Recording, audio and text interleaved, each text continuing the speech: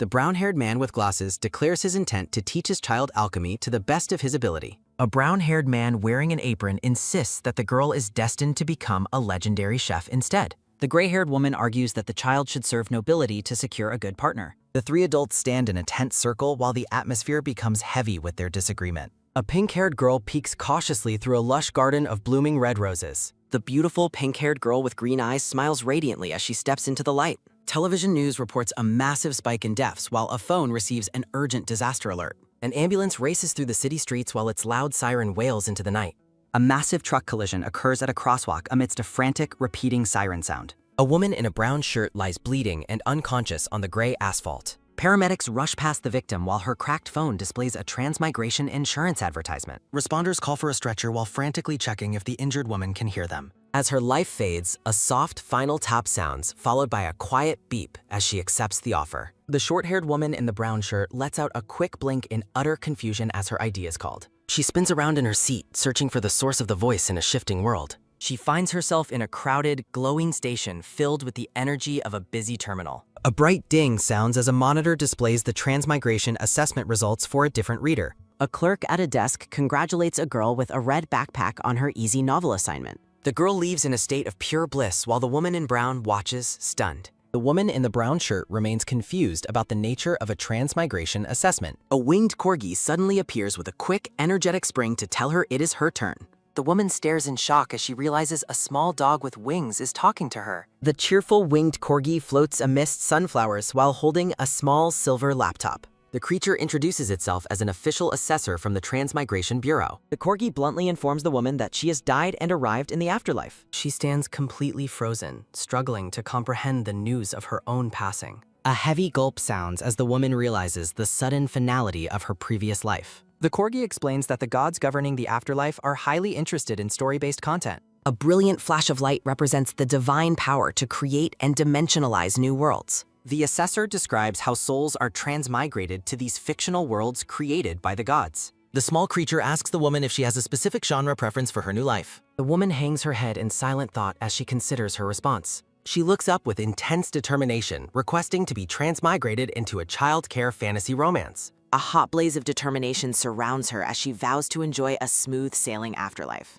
A thought bubble lists the many genres she has mastered during her time as a reader. She daydreams of a blissful life as a pampered young lady adored by doting servants. The woman passionately recounts the misery of her past life and the tragic loss of her family. She promises to play her part well if granted a chance to finally experience familial love. The winged corgi cheerfully agrees to take her request into account for the assessment. A clear ding sounds as the woman is told to look at the screen for her results. The display reveals she has been assigned an extremely difficult S-class action fantasy novel. The corgi and a crowd of onlookers are amazed by the rarity of such a grueling assignment. The woman stands paralyzed with horror at the unexpected and difficult result.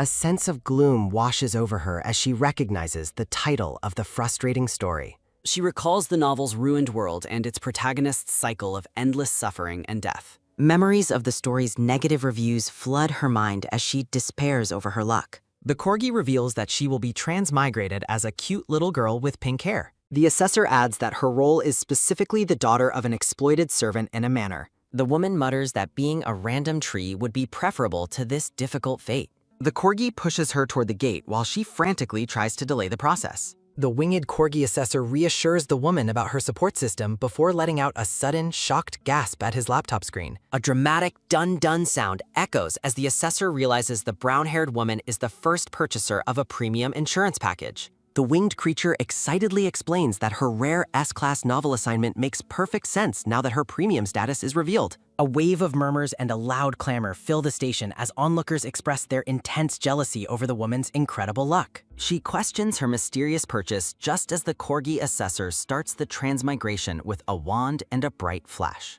The assessor offers a final blessing for the protection of the gods as the woman is sent away in a swirling vortex. She lets out a startled shout of surprise as her body is caught in the blinding light of the translocation process. Panicked, the brown-haired woman tries to call for a wait as she struggles to process the speed of her departure. A loud, echoing scream sounds as she is pulled through a cosmic tunnel toward her new life in another world.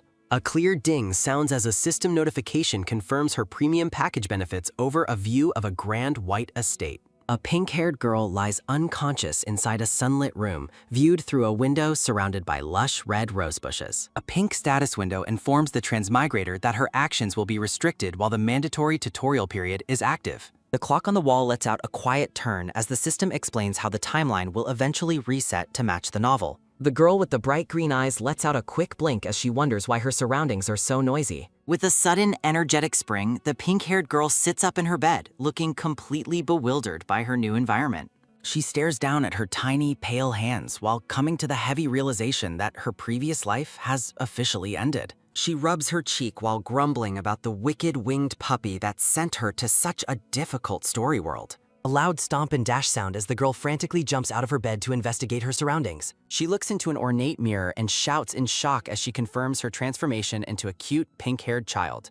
The girl gazes at a shelf of books while curiously fondling her soft, chubby cheeks to ensure she isn't dreaming. She immediately accepts her new reality and spends the next 10 minutes admiring her own doll-like beauty in the mirror. Her mood sours as she pouts about being a little girl in a world that clearly isn't a childcare fantasy. A heavy flop sounds as she collapses in despair over her role as the daughter of a servant working for a villainous noble. A sudden flicker appears in her green eyes as she notices a new system notification floating in the air. A glowing blue system interface reveals a detailed architectural map of Gillette Castle within the Winchester Kingdom. She is awestruck by the provided manner of the manor, noting that her new life feels exactly like a video game. A sudden, sharp realization causes the girl to let out a startled gasp as she recognizes a specific name on the screen. The system displays a warning about the Count's spoiled son, the primary antagonist of this specific chapter in the novel.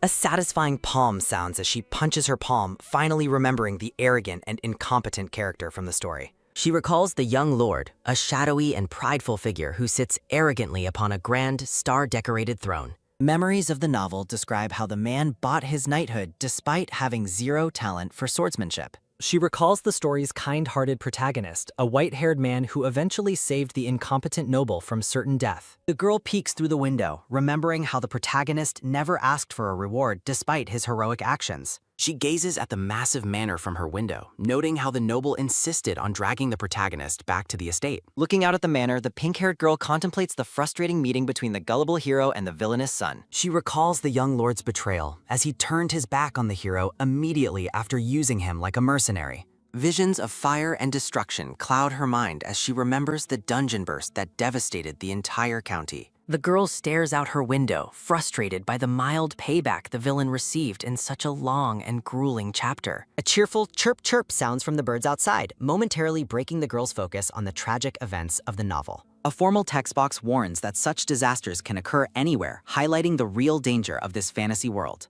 She looks over the grand fountain in the courtyard, pondering the fact that dungeon bursts are spreading across the continent. Another heavy flop sounds as she collapses again, feeling hopeless about her chances in such a dangerous and frustrating story.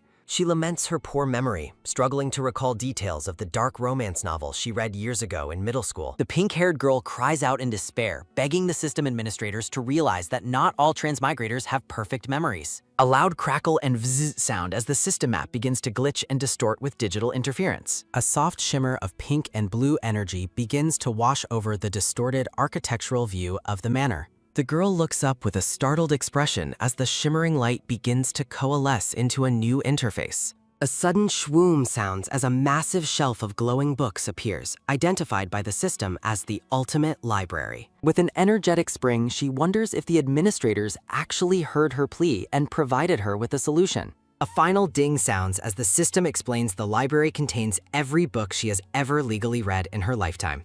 The pink-haired girl is thrilled to realize her personal library likely contains the crucial fantasy novel she needs. She sifts through her collection, finding textbooks tedious but enjoying the various romance novels. A look of delight crosses her face as she discovers a specific dating guide for returnees. The system screen displays a full collection of the dark fantasy series she was dreading. Holding one of the volumes, she feels much more confident about her survival now. She steels herself for what comes next. The pink-haired girl cheekily asks the system if there are any other bonuses for her. A question mark appears over her head as she considers the possibility of receiving cash. A massive whoosh sounds as a torrential rain of gold coins fills her room.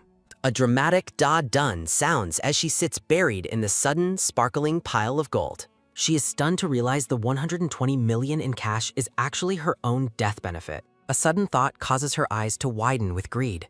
A soft shimmer sounds as a display of high-tier items appears before the awestruck girl. She wonders if her new fortune can be used to buy these powerful upgrades. She admits it feels strange to spend the money paid out for her own passing. A heavy plop sounds as she sinks comfortably into the massive piles of gold. With an energetic grin, the girl prepares to start her ultimate shopping spree. She's relieved to see a note about purchasing more currency using funds from her current world. She reminds herself to be prudent with her spending. A loud dun sounds as she identifies an essential combat skill package. Surrounded by warrior silhouettes, she decides she must purchase a combat set to survive. A quick scroll sounds as she swipes through the digital catalog for more options.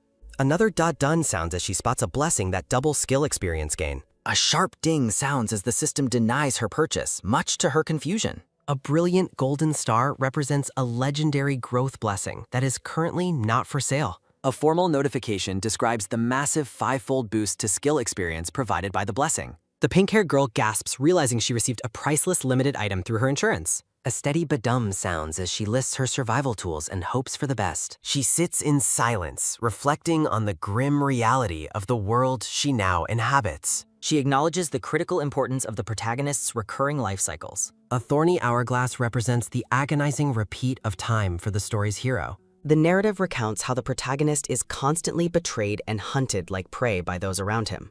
A gentle shimmer sounds as she prays to arrive during one of the hero's later lives. She hopes a stronger protagonist will improve the chances for a peaceful world. The girl looks tiny and vulnerable in the vast, empty room. A system window informs her that the story is beginning at the 17th loop. A sharp slash sounds as she remembers that the 17th loop ends instantly with the hero's death. A heavy sprawl sounds as she collapses to the floor, cursing her terrible luck. She worries that the world's most powerful murderer will go unchecked if the protagonist falls. A firm clench sounds as she realizes the hero is still too weak to survive this cycle. She commands herself to snap out of it and find a way to make it work. A determined rise sounds as she begins to pick herself up from the floor. The pink-haired girl stands tall, vowing to rely only on her own strength from now on. She places her total trust in her library, blessing, and skill package. A clear ding sounds as a mandatory tutorial quest appears for the S-Class Transmigrator. She stares intently at the air, waiting for her instructions. A heavy dun sounds as the quest reveals a deadly penalty for failure. A series of quick tapping sounds as she frantically tries to contact the administrators about the death penalty. A loud burst sounds as a brown-haired girl kicks open the door and shouts for Eilette. Startled, Eilette wonders who the newcomer is, while the girl claims she knew she'd find her there. The brown-haired girl shouts to announce that she has found Eilette hidden. Why is she shouting? Eilette wonders as she covers her ears from the sudden noise. A loud slam sounds as the head maid barges in, calling Eilette a parasite and ordering her to the kitchen. Eilette is bewildered by the sudden demand to begin kitchen work. A sudden rough yank sounds as the head maid drags the protesting Eilette out of the room. A loud burst sounds as Mr. Rodaline and the pink-haired boy intervene, arguing that Eilette is too young for such labor. Eilette is surprised to see the young boy shares her distinct hair color. Mr. Rodaline pleads with the head maid to reconsider her harsh demands. The young boy expresses his concern that Eilette will be injured by the hectic work in the kitchen. Eilette realizes that these people must be her new family. She softly reflects on the unfamiliar concept of having a family. The head maid yells at Prince and Mr. Rodaline to return to their duties and stop spoiling the girl. A sudden flinch sounds as Prince points out that Nellie is older but isn't required to work. The head maid screams that her daughter Nellie is being trained for refined service and cannot ruin her hands with labor. The head maid threatens to report their insubordination to the Countess while Eilette watches silently. A quick tap-tap sounds as a hand reaches out to get Eilette's attention. A quiet snicker and whisper sound as Nellie mockingly asks if Eilette is too scared to cry. Eilette is unfazed by the threat, realizing she has clearly identified her enemies in this household. A loud dun sounds as the head maid threatens to send Eilette to the grueling laundry room instead.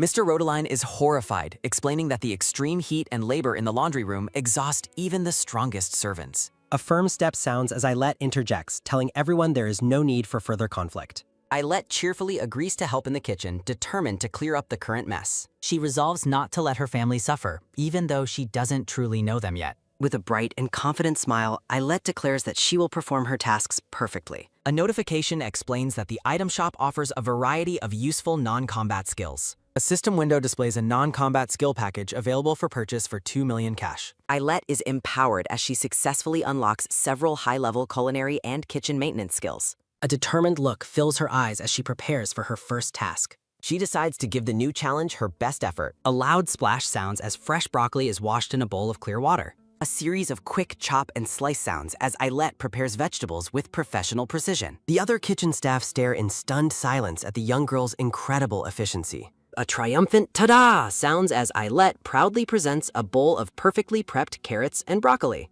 A soft sparkle sounds as she shows off the peeled garlic and mushrooms she finished. A sharp glint appears in her eyes as she ensures the beef is diced to the perfect size. A notification confirms that even the whipped cream has been prepared to perfection. The staff is completely speechless at the child's mastery of culinary preparation. A sudden ouch sounds as Ailette fakes a sore arm to secure a short break. A soft plop sounds as she happily sits down on a small stool to rest. A digital timer begins counting down the first second of her break. The timer reaches 2 seconds while she continues to smile and rest. A sudden spring sounds as Ailette jumps back up, declaring her break is over and she's ready to clean.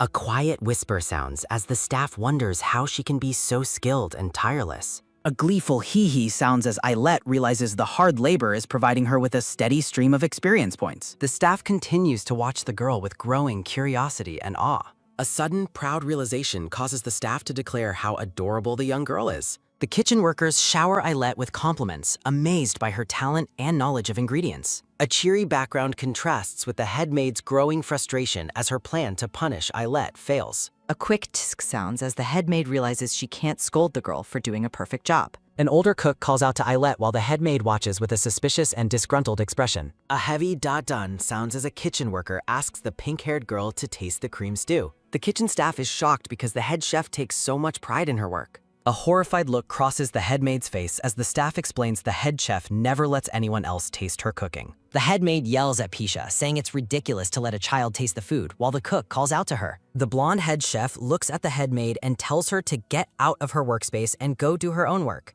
A pained arg sounds as the head maid flinches under the head chef's stern gaze. The head chef holds out a ladle and kindly invites Ailette to have a taste. Ailette takes the ladle with a curious expression on her face. A bright flash sounds as Ailette prepares to activate the power of her cash. A soft slurp sounds as Ailette tastes the stew with the refined palate of a sommelier.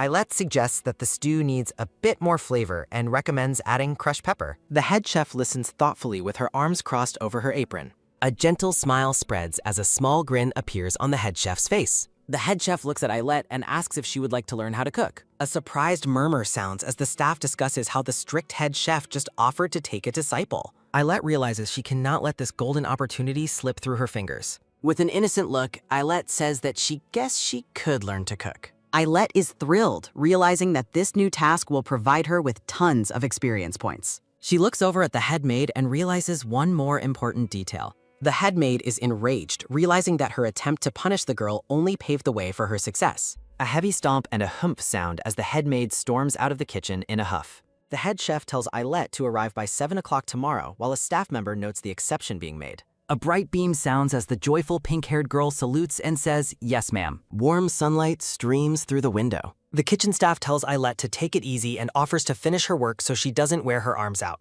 Ailette smiles and insists that she is fine and can do the work herself. A quiet hee-hee-hee sounds as Ailette watches her experience bar reach 98%. The staff remarks on how hardworking Ailette is and tells her to ask if she needs any help. A rhythmic clack and clang sound as Ailette continues her work in the kitchen. Ailette wipes sweat from her brow, reflecting on how this labor feels just like her past life's part-time jobs. She whisks a bowl and admits she wouldn't have pushed herself so hard if she knew this was the result. A soft sob sounds as Ailette wishes she had transmigrated into a proper childcare fantasy romance instead. She imagines a life where she could have been an imperial family member or a powerful noble's child. A sudden clack sounds as Prince calls out to Ali while she admits she brought this situation on herself. A young boy in a vest approaches and asks if she is all right and if everything is fine. A quick whip and whisk sound as Ailette remembers Prince's name while he apologizes for being late after his history lesson. Prince takes the whisk from her and tells her to take a break while he handles the rest. Prince smiles warmly at Ailette and acknowledges that the work must have been very hard on her. Ailette says she is fine, but the boy insists she give him the tasks she needs help with. Prince starts to tell her the first thing to do in a kitchen is wash her hands, but she stops him. Ailette is stunned as she looks down and sees red, painful-looking marks on the boy's hand. She's horrified to realize that the marks are actually whip marks. During her break, Ailette reads her novel and finds the section where the Rodeline family is mentioned. The book describes Leonard Rodeline as an elite alchemist who worked at the famous Golden Ivory Tower. The narrative explains that the alchemist was cast out after getting on the wrong side of powerful people. Count Gillette hired him but slashed his wages because he was a single father with 2 children. Because of an unfair contract, the alchemist's children, Prince and Ailette, became the Count's servants. Ailette asks about his hand, and Prince explains he was whipped because Lord Ramdio got questions wrong on a test. Prince smiles and says he wasn't beaten much today because he finished the Lord's homework for him. Ailette is heartbroken that a 12-year-old is treated this way and tells him to get ointment from their father. Prince asks if their father is unaware that he would rather endure being whipped than lose his chance to attend classes. Prince reminds Ailette that she previously accepted a bribe of pudding to keep his secret from their father. Ailette realizes she is bound by the bribe and cannot report her brother's situation to their father. Ailette looks deeply conflicted about her choice. Ailette tells Prince they will get ointment from the laboratory later, and she offers to help apply it to his hand. Prince becomes teary-eyed and moved, prompting a sudden, worried question from the pink-haired girl about what is wrong. Prince reveals that Ailette hasn't called him by his actual name since she was 4 years old. Prince recalls how Ailette used to avoid him because she thought he was dull, leading her to realize the original character was quite unkind. Prince observes that the grueling work in the kitchen seems to have changed his sister's personality for the better. Ailette laughs and says the hard work helped her grow, vowing to treat her kind brother better from now on. Ailette reassures Prince that she won't be mean to him anymore. Prince is simply happy to see his sister acting more like her old self, regardless of her past behavior. Ailette reflects that she truly is a fake sister now, and mentions her last memory of her own brother was when he was 12. A brown-haired staff member interrupts to announce that it is time for the servants to have their snacks. As the siblings prepare to wash dishes, Nellie enters the room with a steady, firm step sounding. Nellie lets out a mocking snicker and asks Ailette if she was tasked with doing the lowly dishes. Nellie mockingly pities the girl while bragging about only preparing tea for the Countess as a series of clack and clatter sounds echo. Ailette is annoyed by the girl's constant bullying and persistent meanness. A determined look fills her eyes. A notification announces that the skill for steeping fragrant tea has been successfully unlocked. Ali is thrilled that her new skill leveled up so rapidly, but pauses to wonder about a new realization. She ponders her next clever move. Nellie steps closer and insults the siblings, calling them suited for useless tasks and telling them not to space out. A sudden spring sounds as Ailette jumps up, followed by a loud whack as she accidentally hits Nellie's head. Both girls hold their heads in pain while Nellie yells about Allie's stone head, and Allie retorts it's her own line. Nellie yells at the dim-witted blockheads until the head maid calls her name from the doorway. Isella tells Nellie that she must behave properly at all times and cannot serve the Countess with such a poor attitude. Isella asks Nellie if she finished weighing the tea leaves as requested while the brown-haired girl looks flustered. Ailette observes the scene, realizing that Isella is responsible for the Countess's refreshments and sees a perfect opening. A mischievous, clever grin appears on Ailette's face. A sudden series of top-top sounds as Ailette catches Madame Pacia's attention. Ailette runs toward the cook with more quick top-top sounds and asks if it would be all right to help. Ali asks if she can be the one to steep the tea for the staff's break while Isella watches with a stern expression. Ali enthusiastically says she wants to serve tea to everyone who has worked hard alongside her today. Pacia gives her permission while Nellie watches with a skeptical look, wondering if Ali thinks tea steeping is easy. A flurry of pour, fwish, clack, bubble, and simmer sounds as Ailette prepares the tea with professional expertise. The kitchen staff is surprised to see Ailette making tea for them while the head maid watches with a cold stare. Ailette presents a stunningly elegant tray filled with perfectly steeped tea and a variety of decorative pastries. A loud bustle sounds as the staff gathers around, amazed and thankful for the beautiful spread Ailette prepared for them. A soft sip sounds as a kitchen worker tastes the tea and is immediately taken aback by something. The staff is amazed by the wonderful taste, questioning if this is truly the same tea they usually drink. Isella tells Pacia she would like to try the tea too, and Pacia tells her to ask Ailette for a cup. Ailette cheerfully raises a cup toward the head maid, reassuring her that there is plenty of tea for everyone. A sharp clink sounds as the head maid takes the saucer and cup into her hands. A quiet, refined sip sounds as Isella tastes the tea brewed by the young girl. Isella stands in silence, her eyes wide as she processes the flavor. A loud shout sounds as Isella calls out to the girl, causing Ailette to flinch in surprise. A heavy da-dun sounds as Isella demands to know what kind of foolishness this is. Isella continues her loud shout, repeating her demand while the pink-haired girl looks on in confusion and shock. Madame Pacia steps in with a heavy step, telling Isella not to be so harsh and pointing out that she clearly enjoyed the tea. Isella aggressively insists Ailette is meant for tea as a heavy thump sounding takes her attention. Nellie is baffled by the compliments given to her rival. Pacia mentions Nellie, but Isella delivers a verbal stab sounding as she declares Nellie talentless. Isella demands Ailette find her tomorrow to begin her tea service training. The head chef counters that the gifted girl will learn kitchen work instead. A sudden firm grab and clasp sounding follow as both women take her arms. A heavy da-dun sounding accompanies their demand that Ailette learn from both of them. Nellie is left speechless as Ailette makes a quick turn sounding to address the women. The pink-haired girl cheerfully agrees to try her very best. Nellie is visibly shocked and furious by the turn of events. The brown-haired girl lets out a frustrated low groan. Allie checks in with Prinz, asking if he located the healing ribet. Prinz admits he found no supplies within their father's belongings. Ailette is stunned that an alchemist's home is lacking medicine. She realizes the head maid is stealing supplies for her spin. Prinz explains that the entire household staff is in on the scheme. Ailette feels an overwhelming sense of injustice brewing. She observes the neglected room and realizes her family is being exploited. A narrative note explains how the religious order monopolizes divine healing power. The scene shifts to the Grand Palace where alchemy serves as a substitute. Leonard Rodeline is revealed to be a legendary alchemist from the Ivory Tower. Allie decides to handle the application later after a quick clack sounder. Prinz remains dejected and gloomy, facing away from his sister. Ailette gently asks if he is still in pain. The boy sorrowfully admits he is sad about missing his chance. Allie is determined to find a way to help her brother. A sudden rise sounding as she discovers all the necessary alchemy tools. A system notification confirms she has acquired the alchemist skill. A bright ding sounding marks her resolution to craft a healing ointment. She realizes her current level is too low for medicine. Allie decides to craft soap and beauty cream instead. She makes a quick rush sounding across the room toward her brother. Prinz is confused since they supposedly have no ointment. Darkness falls over the estate as night arrives. Leonard returns home and walks down the quiet, dimly lit hallway. A soft creak sounding follows as he opens the bedroom door. He is shocked to find his laboratory space in a complete mess. A soft rustle sounding as he finds his children sleeping peacefully. Leonard notices a collection of small glass jars left on the desk. Shimmering light blue potions sparkle brightly in the moonlight. He questions Allie's involvement after a sudden sharp raise sounding.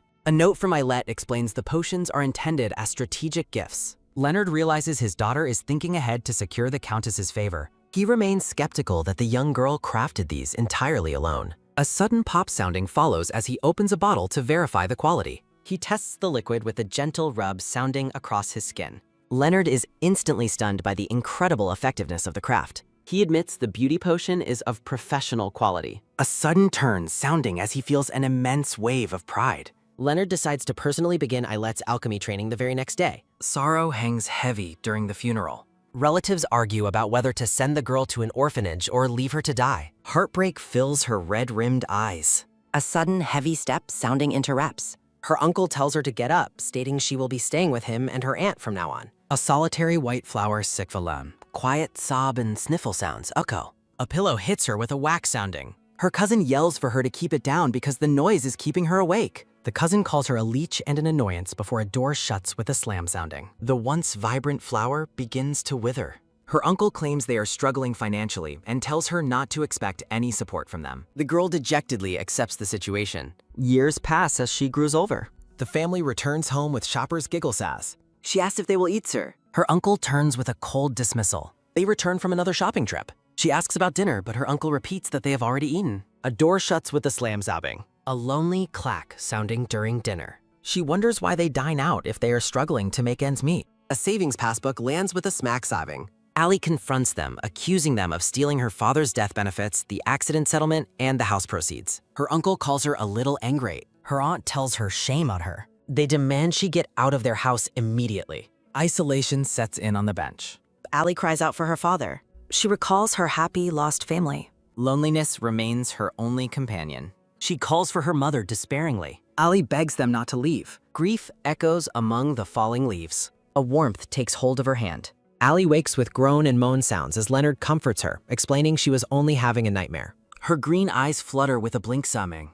Allie asks her father if it is really him, and he smilingly confirms that it is. Leonard promises to stay there until she falls back asleep. The night passes with a promise. Allie wakes up with a flustered, wide-eyed look. She is baffled to find both her father and brother holding tightly to her hands while they sleep. A sudden smack sounding accompanies her shame as she realizes her nightmare wasn't a dream and she made a fool of herself. The boys sleep peacefully beside her. A soft creak sounding follows her departure. Wide awake from shame, Allie decides she might as well spend the time reading the novel. Magical light surrounds the floating mark. Allie searches for mentions of the Rodeline family. Discovery dawns as she finds the entry. The text introduces Prince Rodaline as a servant of the place. A narrative box pleads for forgiveness regarding Lord Ramdeo's earlier rudeness. The narration continues, offering to guide the guest to his room in Ramdeo's stead. The pink-haired boy leads a silver-haired guest into a guest room, mentioning its high quality. The silver-haired man is visibly uncertain, questioning if staying in a lady's room is truly appropriate. Prince reassures his guest, telling him there is no need to worry. Prince admits the room held his late sister's things, while Ali reads the tragic passage in the novel. A sudden drop sounding as the pink-haired girl lets the book fall in shock. Ali is completely horrified as she realizes she is the character destined to die. A flurry of flounder and fumble sounds as Ali panics over the cruelty of the story. A system alert displays the grim confirmation of Eilat Rodeline's death. The text explains the girl simply slipped and fell, leading to her demise. The narration describes the servant's grief as he refuses to pack away his sister's belongings. A sudden, sharp raise sounding as Ali stares at the book, accepting this as her future. She critiques the castle's terrible placement directly on top of a dangerous dungeon. A firm, heavy clench sounding as Ali prepares herself for the struggle ahead. A quick flip sounding as the girl refuses to sit idly and wait for her end. Ali believes her knowledge of the novel's contents is the key to finding a solution. The scene shifts to the quiet night sky hanging over the stone castle. A sudden, loud shut sounding as Ali closes the magical book. Ali expresses her frustration with the nonsensical plot with a sudden squeeze sounding. She shouts a complaint at the author regarding the extreme abuse of the characters. A shimmer sounding accompanies the appearance of a combat skill package window. The pink-haired girl is determined to use the package to select a combat ability. A narrative box notes that healers are an exceptionally rare existence in this universe. Ali makes her final decision, shouting her desire to become a healer. A sudden, powerful whoosh sounding as a bright energy surges around the girl. A bright ding sounding marks the arrival of a new system notification. Ali is caught off guard as she realizes she has been assigned a quest. The scene transitions to the exterior of a grand building featuring a large clock tower. A rhythmic swish and sweep sounding as a broom clears debris from the floor. A rhythmic swoosh and sweep sounding as Ali diligently cleans the abandoned chapel. A soft plop sounding as the girl takes a seat on a wooden pew to rest. Quiet cough sounds echo through the dusty air as she realizes she needs to clean more often. A sudden, sharp glance sounding as Ali looks toward the floating quest window. A shimmer sounding accompanies the display of the prayer quest conditions. The quest requires 1,000 consecutive days of morning prayer between 5 and 7 a.m. Ali realizes she cannot use her growth blessing to bypass this long requirement. She decides to commit to the task within the castle's abandoned chapel. A sudden, firm clasp sounding as Ali joins her hands in a prayerful gesture. A heavy squeeze sounding as she focuses her mind with her eyes shut tight. The pink-haired girl sits in silent, deep concentration. She is suddenly stumped, wondering exactly how one is supposed to begin a prayer. A narrative box explains her dilemma, as she was never religious in her previous life. A dejected, low droop sounding as Ali struggles to pray with her whole heart. A sudden, sharp raise sounding as she remembers a crucial detail from her past. She recalls the quirky angel and the god she heard about in the Afterlife Bureau. A sudden, energetic spring sounding as she prepares herself to speak. A heavy da-dun sounding accompanies her loud prayer to the gods of the Transmigration Bureau. Ali shouts at the top of her lungs, begging the deities for divine power. The pink-haired girl continues her desperate, loud plea for power within the empty chapel. A sudden beam sounding as Ali celebrates her successful prayer. Ali continues her prayer, addressing the gods of the Transmigration Bureau. She complains about her transmigration and asks to use a shorter nickname for the gods. The pink-haired girl asks why they brought her here, claiming she was a Nebwe. A dark flashback reveals the cold, shadowy figures of her past life relatives.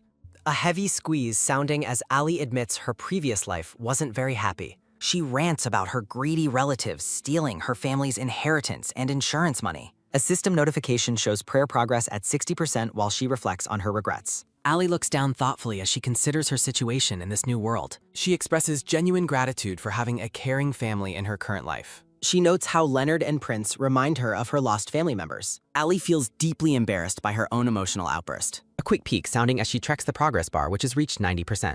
A loud bam sounding as she realizes her uncle will steal her old rent deposit. Ali fumes over her uncle's greed while the progress reaches 95%. A sudden beep sounding marks the full completion of the prayer quest. She continues to lament how her past efforts always seem to benefit her greedy relatives. She thinks about her uncle's predictable behavior while a system notification arrives. A sudden ding sounding as Ali regrets not spending her savings before her death. A quick peek sounding as she notices a new system message appearing. A loud da sounding follows as the system explains her rent deposit paid for her insurance. A sudden shimmer and sparkle sounding as she reacts with shock to the revelation. Multiple dings sounding as several different deities respond to her heartfelt plea. She finds the titles of the responding gods strangely familiar. Allie turns around, noticing the text within the floating system window. She realizes the gods are actually providing a direct response to her prayer. A sudden flash sounding as a divine voice reveals her cousin's recent failures. Allie is amused to learn of her cousin's repeated academic struggles in her old world. A rhythmic nod sounding as she hears about her uncle's financial downfall and illness.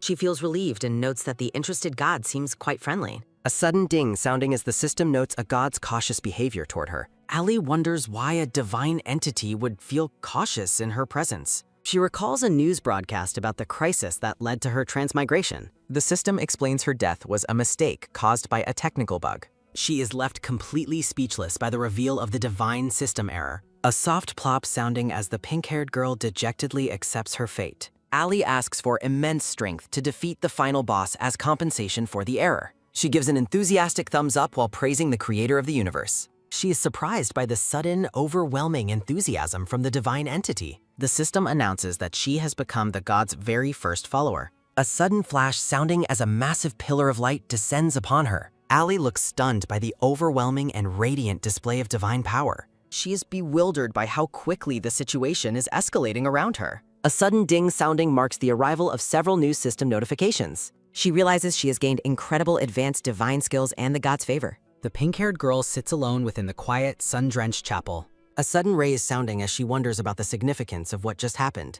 Allie vows to be a faithful believer in the divine voice that helped her. Sunlight streams through the grand, ornate windows of the stone castle. A quick clack sounding as a hand sets down a small glass bottle of potion. Countess Sandra Gillette admires her complexion, thinking her skin feels great today. The Countess credits a new potion from the alchemist for her radiant appearance. She recalls doubting the alchemist because his previous potions failed to improve her son's swordsmanship. Sandra grumbles about the alchemist being an ingrate for withholding such effective beauty products until now. Bianca Gillette scolds her mother for being too distracted by vanity to listen to her. Sandra laughs off the criticism and asks her daughter where they left off in their conversation. Bianca reiterates that they were discussing the future fate of House Gillette. Bianca argues she should lead the family and marry a knight to prevent her foolish brother's downfall. Sandra feels intimidated by her daughter's shrewdness, wondering if a 10-year-old should have such worries. An older servant named Acela enters to serve tea to the Countess and Lady Bianca. Sandra questions Bianca about her habit of sending away every playmate that is brought to her. Bianca dismisses her previous playmates for failing to meet her high standards as a cup is set down. A sudden, curious look from the young noble girl as she notices something on the table.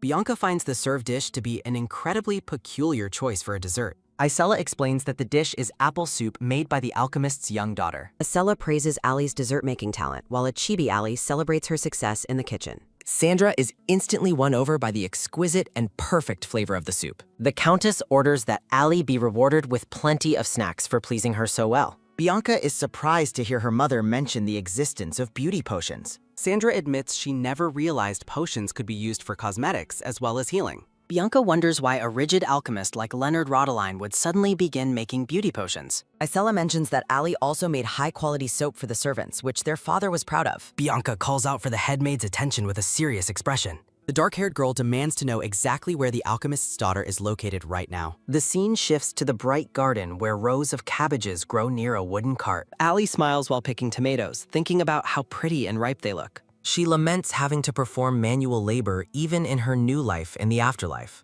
A basket of tomatoes gleams with a sudden magical shine under the afternoon sun. A sudden, aggressive snatch sounding as the basket of tomatoes is stolen from the girl. Lord Ramdio confronts Allie with a smirk, asking her what she is looking at. Allie recognizes him as the Count's spoiled son by his expensive clothes and mean face. Ramdio ignores Allie's request for her basket, admiring the firm, round tomatoes for his game. A sudden, sharp whoosh sounding as the boy raises a tomato high above his head. A loud whack and splat sounding as the boy pelted the hard-working servants with the fruit. Ramdio laughs at the staff's misery while Allie fumes behind him, calling him a despicable brat. The boy demands that Prince's sister fetch him more tomatoes immediately after running out. Allie is forced to serve the spoiled young lord, acting as his powerless garden assistant. Ramdio continues his disruptive game, shouting about how much fun he is having hitting people. A sudden, wet squish sounding interrupts the boy's laughter and catches him off guard. Ramdio looks down in total disgust at the slimy, gooey mess in his palm. The tomato in his hand is rotten and crawling with several tiny, smiling white worms. A terrified toss sounding as the boy screams in horror and flings the rotten fruit away. Allie offers a fake apology for picking the rotten tomato in a hurry, thinking he deserves it. She pretends to console the boy while he is completely paralyzed by revulsion. Allie smiles cheerfully, asking if he wants to get back to his game of throwing tomatoes. Romeo refuses and snatches his hand away, wanting nothing more to do with the gardener. A sudden, frantic dash sounding as the boy flees while threatening Allie to keep quiet. Allie turns back toward the castle, ready to finish her kitchen chores after her small revenge. A sudden, loud shout of her name makes the pink-haired girl stop in her tracks. Bianca stands before Allie, huffing and puffing with an angry and determined look on her face. Nellie Brownhair accusing Allie of being touchy-feely with Lord Ramdio. Allie asks if Nellie ran here just to fight, but she is told to shut up as a quick step sounding marks the other girl's approach. Nellie demands to know what they talked about and why the Lord ignored her as if she weren't even there. Allie realizes Nellie has a crush on the spoiled brat and refuses to answer her rude, demanding questions. Her frustration boils over with a sharp, harsh grind sounding as she prepares to lash out at the girl. A sudden, aggressive yank sounding follows as Nellie grabs Allie's collar and demands she learn to know her place. A system notification notes it can only glare at Nellie as she continues to accuse Allie of having an ulterior motive for serving tea. Nellie warns the pink-haired girl to stay away from Lord Ramdeo and spitefully calls her ugly. Allie realizes Nellie doesn't actually like him as a sudden, clear ding sounding marks the system watching with great anticipation. A rhythmic, steady step sounding is heard as the Countess and her daughter approach the two girls from further down the path. Allie breaks into a wide, mischievous grin while still being held, noting the incredible coincidence of the noble's arrival. A frantic shake sounding continues as Nellie violently rattles Allie while demanding to be heard. Allie mockingly asks if Nellie is trying to seduce Lord Ramdeo to become a noble and wants her out of the way. Nellie lets out a smug, confident snicker sounding as she admits Allie is exactly right about her ambitious plan. Bianca watches silently as Allie notes it's a long shot for a commoner like Nellie to marry into the nobility. Nellie dismisses the concern with a sharp, arrogant humph sounding, pointing out that the Countess was once a commoner herself. A sudden, heavy halt sounding occurs as a hand enters the frame, stopping the girl's confrontation in its tracks. Allie innocently asks who told Nellie about the Countess's past birth. Nellie lets out a proud, loud shout, sounding as she reveals her mother was the one who told her the secret. An oppressive darkness looms as Sandra asks if that is truly the girl's low opinion of her. A quick, terrified turn sounding follows as Nellie realizes the Countess has been standing right behind her the whole time. Sandra expresses deep offense that a child thinks becoming a countess is easy because of her birth. A sudden, menacing glare sounding accompanies Sandra's fury as she declares Nellie's mother has no excuse for such gossip. A thunderous, angry shout sounding erupts as the Countess orders both Nellie and her mother to be thrown out of the castle. Nellie bursts into tears, desperately crying out that she didn't mean what she said. A heavy, rhythmic drag sounding is heard as two servants haul the wailing girl away from the garden. Allie clenches her fist as the system announces the mission is cleared for dealing with the insignificant villain. Sandra lets out an angry hiss, sounding as Bianca suggests looking on the bright side since the head maid was notoriously corrupt. Bianca's lips curl into a small, calculating smile as she considers the new opportunity this situation provides. Allie gives a quick, respectful bow, sounding as she tries to flee back to the kitchen to avoid any more trouble. Bianca stops her, walking closer with a rhythmic top-top sounding as she addresses her as Ailette Rodeline. The noble girl offers a soft, pleasant smile as she asks Allie to be her new playmate. Allie is left completely speechless by the sudden and prestigious request from the Count's daughter. Narrative text explains a rumor among the servants that becoming Lady Bianca's playmate was an impossible task.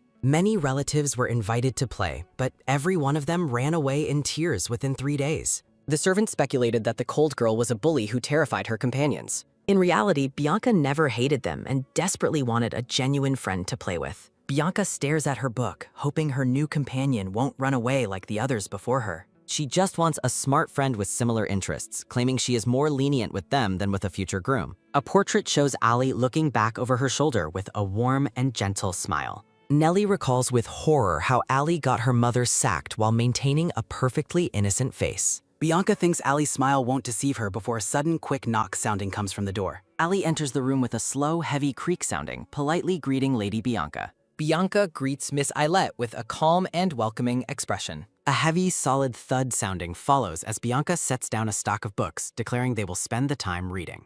Allie wonders if reading advanced books is what normal playmates are supposed to do together. She is horrified to see books on investment and economics, wondering who reads such things at age 10. Bianca looks engrossed with a sudden bright sparkle sounding, and Allie realizes she isn't trying to be cruel. Allie finds a more interesting novel with a happy, triumphant ta-da sounding as she sees a book about a warrior subduing a demon lord. A light, quick step sounding follows as Bianca invites Allie to lie down and read whatever she likes. The two girls read quietly on separate sofas in the brightly lit room. Allie ponders the contents of her book with a quiet sounding. Allie asks if she can choose another book, and Bianca grants her permission. Bianca watches with a quick glance sounding as the girl walks away to the shelves. The young noble girl reacts with a look of sudden surprise. Bianca asks why the alchemist's daughter chose to pick up the Bible. Allie explains she needs scriptural context for literature while Bianca listens intently. Allie reflects on how religion provides necessary context for art and literature in both worlds. She realizes she must study local religion to understand the warrior romance novel she found. Allie lies down with a sad-sounding expression after failing to understand the story's climax. Bianca is impressed by how the girl identifies what she needs for further understanding. She finds it remarkable that Allie uses scripture for knowledge rather than faith. Bianca admits her heart fluttered for a second during their interaction as she watches Allie. Allie stares back with an expectant and curious expression. Bianca suggests trying a different activity after 4 days of reading together. Allie joyfully agrees, recalling the imaginative games she played with her brother. She remembers playing complex galactic romances involving both dolls and robots. Bianca goes to fetch the dolls while telling Allie to wait for her. A sudden bright wow sounding fills the air as the dolls are revealed. A collection of diverse and expensive-looking dolls is presented for their game. Allie happily prepares to assign roles to the different figures in their new story. The maid doll and a teddy bear in a suit are ready for play. The cheating duke and the crafty lover dolls are introduced into the plot. Allie is confused by the unusual and dark setting Bianca has chosen. A sudden, dramatic da-dun sounding as Bianca orders a doll to be executed for seduction. Narrative notes that sharing similar interests is Bianca's final playmate test that nobody has met. Most children were terrified by the girl's dark and murderous-sounding games involving broken dolls. A sudden panic dash sounding as a terrified playmate flees the room. Bianca felt hurt by their rejection and feared Allie would run away too. Allie lifts a doll into the air with a quick raise sounding. A sudden theatrical da-dun sounding as Allie dramatically claims she has been framed. A rhythmic, frantic shake sounding as Allie insists nothing happened with the Duke. Allie shocks the noble girl by claiming the Duke lacks the physical ability for adultery. Allie uses her knowledge from past life novels to play the victim role perfectly. Allie voices the Duke doll, claiming adultery is preposterous and begging for release. A sudden, heavy drag sounding as the lover doll offers to torture the Duke herself. A long, blood-curdling gah sounding erupts as the doll-based torture begins. Bianca stares at the pink-haired girl in total disbelief and amazement. The Duke doll hits the floor with a sudden flop sound air. Allie wipes her brow, asking if the lady enjoyed the dramatic fainting scene. A sudden, soft drop sounding is followed by a firm grab sounding of hands. A sudden bright sparkle sounding and glitter sounding as Bianca asks to call her Allie. Bianca realizes she has finally found the one perfect companion she was looking for. Allie is left completely bewildered by the sudden and intense shift in mood. Allie wonders if her acting was too much, while Bianca offers a friendship nickname. Allie agrees to drop the formalities and use the nickname for the young lady. Bianca offers a genuine, warm, and happy smile for the first time. Bianca asks for more details on torture devices, and Allie happily obliges her friend. The girls walk through the manor, cementing their new and formal friendship. Allie recalls being impressed by a library book on medieval torture devices some time ago. Allie spends her time with her new, slightly peculiar friend. A system notification tracks her daily morning prayer progress as Allie reflects on how useful the noble girl's library has been. Allie asks the sentient system if she can store books from this world in her mental library. The system agrees with joy, prompting an enthusiastic thanks from the pink-haired girl. Allie reviews her growing level in cooking and alchemy skills while praying. She recalls Mademoiselle's persistent plan to marry her off to a high-ranking noble. A broad grin spreads across Allie's face as she remembers Bianca's biting commentary on the family's young heir. Bianca shares her ambitious plan to take over the house to restore its former glory as a line of swordmasters. Allie lets out a cheerful, loud laugh, sounding as she expresses complete confidence in her friend's future leadership. The girl's expression turns curious as she ponders the details of the original story. The scene shifts to the vast, quiet shelves of the Count's Manor library. Allie wonders about the exact cause of the noble family's downfall in the novel. A sudden, heavy fwoom sounding erupts from a book, radiating a dark, ominous aura. Bianca offers a rare, soft smile while standing among blooming garden flowers. The black-haired girl invites Allie to check out the new arrivals in the manor library.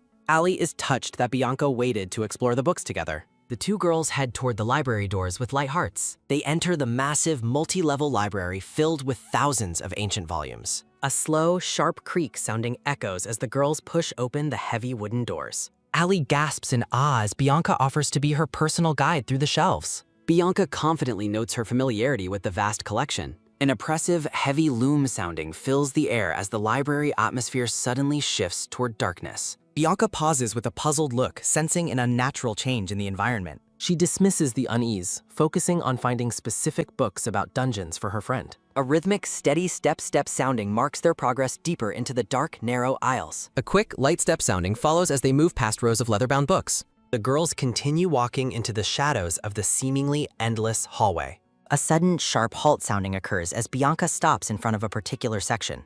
Bianca reaches up to pull out a book titled Dungeons, Chasms of the Demon Realm. A quick, smooth slide sounding is heard as the volume is removed from its place. Allie clings to her arm, nervously asking if the room is supposed to be this dark. A sudden, chilling whoosh sounding causes Allie to call out to her friend in alarm. A violent foosh and swoosh sounding erupts as a dark vortex opens between the books. A sudden, blinding flash sounding consumes the girls as the magical trap is sprung. A frantic whoosh sounding follows as Bianca's hand makes a firm grab sounding of Allie's. A sudden, heavy thud sounding echoes as the book falls to the floor of the now empty aisle. Silence returns to the library as the discarded book lies open on the tiles. The scene shifts to a surreal, purple sky filled with drifting magical particles. Bianca lets out a pained, wet cough sounding as she collapses onto the hard ground. Bianca's head begins to wobble sounding as she tries to make sense of her surroundings. The noble girl's eyes widen in total shock at the sight before her. A sudden, dramatic da-dun sounding accompanies the reveal of a desolate graveyard under a blood-red moon.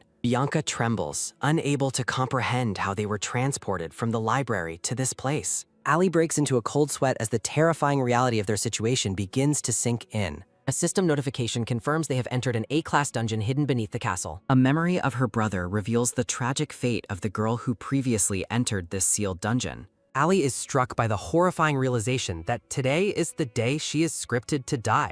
She understands now why Bianca was never mentioned in the novel. They were meant to perish here together. Bianca whispers that they are trapped and must kill the dungeon master to escape. As they look out over the tombs, Allie tries to offer comfort through prayer, though her friend admits she has no faith. Allie believes their salvation has arrived. She complains about the dungeon difficulty being a mistake. She argues the tutorials should prevent deaths. Allie tearfully accuses the voice of planning her death once more. The system prepares to prove its point. Allie demands compensation for the technical error. Allie requests either an easy dungeon or massive power. A sudden, deep rumble sounding and quake sounding as skeletons emerge. A loud, feral grower sounding as monsters surround the girls. Allie desperately urges the voice to hurry. A sudden, sharp ding sounding as a new skill is granted. She turns with determination to check the new window. Allie reacts with utter shock to the skill details. The skill's potential is far beyond what she expected. Bianca flinches as a skeleton lunges with a sharp gra sounding.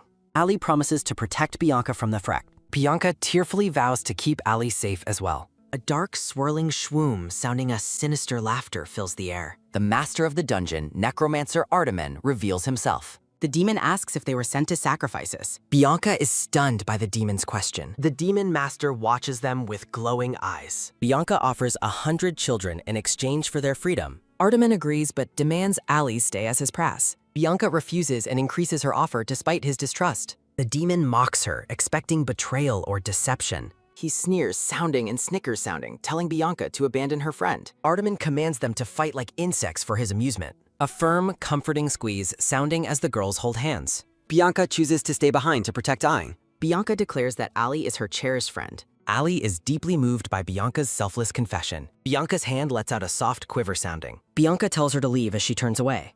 Allie offers a warm, confident smile to her friend. She turns back toward the demon with renewed strength. Allie's arm moves with a quick raise sounding. Allie activates her new transcendent skill, Divine Advent. A sudden, blinding flash illuminates the dark graveyard. The brilliant light spreads with another sudden flash sounding. Artemen reels back, claiming such power is impossible. Allie transforms into a divine being, radiating holy light. A gentle, airy flutter sounding as her hair glows. A notification explains she has been removed from rankings. Artemen flinches in disbelief at the return of divine power. Allie's feet leave the ground with a soft float sounding. Allie smiles as she prepares to use omniscience. Allie searches the system for the most powerful divine skills. The demon lord stares at Allie's overwhelming radiance. Artemen gathers dark energy with a violent shwoom sounder. A sudden violent whoosh sounding erupts as the necromancer gathers a massive orb of crimson energy, vowing to kill the girl even as she struggles to move. A pink system window flickers with complex magical symbols and progress bars. Radiating divine light, the white-haired girl decides to activate her most powerful skill, omnipotence, as a rhythmic beep-beep sounding echoes from her system interface. A sudden, sharp beep sounding confirms her access is denied because her assimilation level is too low to use the top 10 skills, leaving her frustrated and shouting in protest. A sudden, terrifying whoosh sounding fills the air as the Demon Master unleashes a barrage of dark energy beams, screaming for the brat to die. Bianca watches in absolute terror, screaming Ali's name as the dark attack closes in. The white-haired girl catches a quick glance sounding of her skill list, spotting a powerful siege barrier available at level 15. Ali shouts for omnipotence once more as a sudden, blinding flash sounding consuming the entire graveyard. A massive, glowing golden shield manifests as the system confirms the activation of the ultimate siege barrier, leaving Ardaman reeling in shock that a mere child can use a skill beyond even the Pope's current power. Ali selects her next move from the system list, calling out for the power of divine retribution. A sudden, sharp crackle sounding and vzz sounding occurs as bolts of blue lightning coil around the girl's outstretched finger. Raging columns of holy electricity strike the undead army with a series of thunderous kroom, boom, and fwoom sounding blasts. A long, agonizing gah sounding erupts from the necromancer as he is completely engulfed by the divine lightning. Ali floats calmly in the air above a massive, smoking crater where her enemy lies broken and defeated. Ali notes with surprise that the demon is still alive as he wheezes out a pained plea for his life. Ali ponders the concept of mercy while the scorched demon continues to beg for his life, letting out a sudden, nervous sweat sounding. Ali reaches down with a gentle pat sounding on the demon's head, deciding to grant his wish for life in her own unique way. Ali offers a playful wink sounding in a confident thumbs up, cheerfully promising to heal him right then and there. The demon master panics at the mention of healing, desperately trying to stop her before the holy magic touches his corrupted body. A final, massive gah sounding echoes through the crater as Ali's healing magic proves to be a lethal strike against the dark creature, while she coldly reminds his dissolving remains that he intended to kill them first. A series of system notifications congratulate Ailette Rodaline for defeating necromancer Baron Ardaman and officially claiming the underground cemetery as her own territory. The oppressive dungeon atmosphere begins to lift with a soft swoosh and swish sounding as light returns to the area. Ali gasps with a sudden, surprised whoosh sounding as magical particles swirl around her feet. 2 items appear on the dusty ground, which Ali recognizes as her rewards for defeating the dungeon boss. Ali picks up a book and a leather bag, wondering if they are passive skills or special equipment. A sudden dual ding sounding confirms she has obtained a tomb robber's bag and a passive skill called Infamy in the Realm of the Undead. Ali tucks the items away, deciding to investigate the mysterious bag and her new reputation among the dead later. Ali's hair returns to its natural pink as she turns to her friend with a warm smile, reassuring Bianca that the danger has passed. A sudden firm grab sounding occurs as Bianca seizes Ali's hands, her eyes wide with amazement as she declares her friend a true apostle of God. Bianca is convinced that Ali's divine power is proof of her holy status, while Ali awkwardly tries to explain that she is simply the first follower of the voice that shapes the world. Bianca gazes at Ali with deep reverence, believing that God has sent her as a sign of salvation for the entire world. A sudden rhythmic ding sounding alerts Ali that the holiness of her system has increased along with her favorability rankings, leaving her confused by the sudden shift. Ali realizes with a start that she has accidentally started a religious following, worrying that her divine mission has turned into a literal pyramid scheme. Ali begins to wobble, sounding as her vision blurs and her strength finally fails her. A sudden, heavy flop sounding echoes as Ali collapses to the ground, prompting a frantic scream from Bianca. Ali realizes she is suffering from a holy fever, cynically noting to herself that such immense power never comes for free. Bianca catches the falling girl, begging her to wake up, while Ali weakly apologizes and leaves the rest to her friend. Bianca lets out a long, heartbroken sob, sounding, vowing that she won't let her newest and most precious friend die. Ali's consciousness fades as she hears Bianca's voice one last time.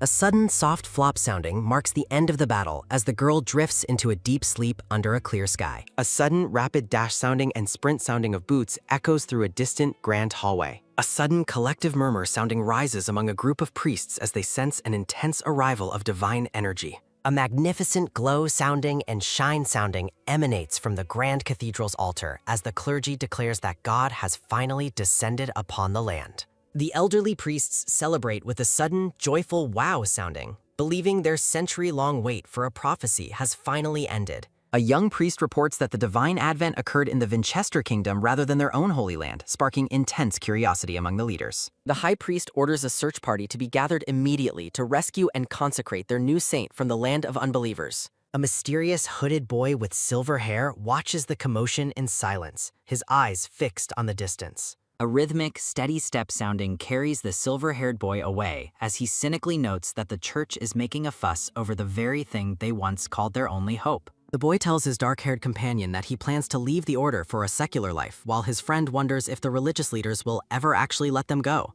The black-haired boy sighs, knowing that even if peace arrives, the church will likely keep them as pawns to maintain their influence over other kingdoms. A sudden, sharp scratch sounding as fingers graze a mysterious cross-shaped mark on a pale arm.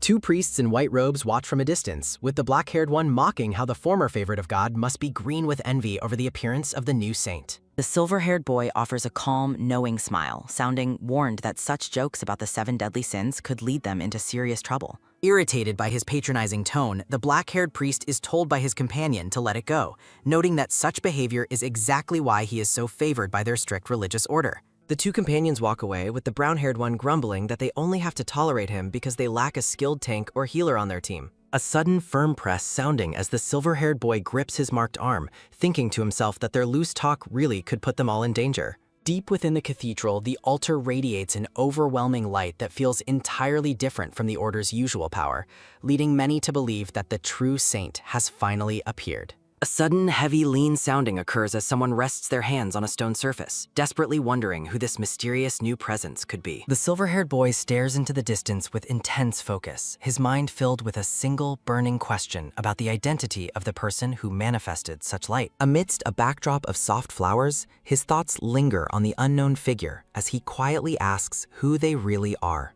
Ali lies pale and motionless in bed, a wet cloth resting on her forehead to combat her high fever. The pink-haired girl sits up with a pained expression, complaining that she feels completely drained as magical energy crackles around her. A sudden, heavy flop sounding as Ali collapses back onto her pillow, groaning that she feels as though she hasn't slept in over a week. Ali closes her eyes with a faint smile, expressing her deep gratitude to the voice in her head for keeping her alive through the ordeal. She recalls the immense power she displayed, marveling at her ability to kill an A-class boss in an instant, and wondering if she can now conquer S-class dungeons alone.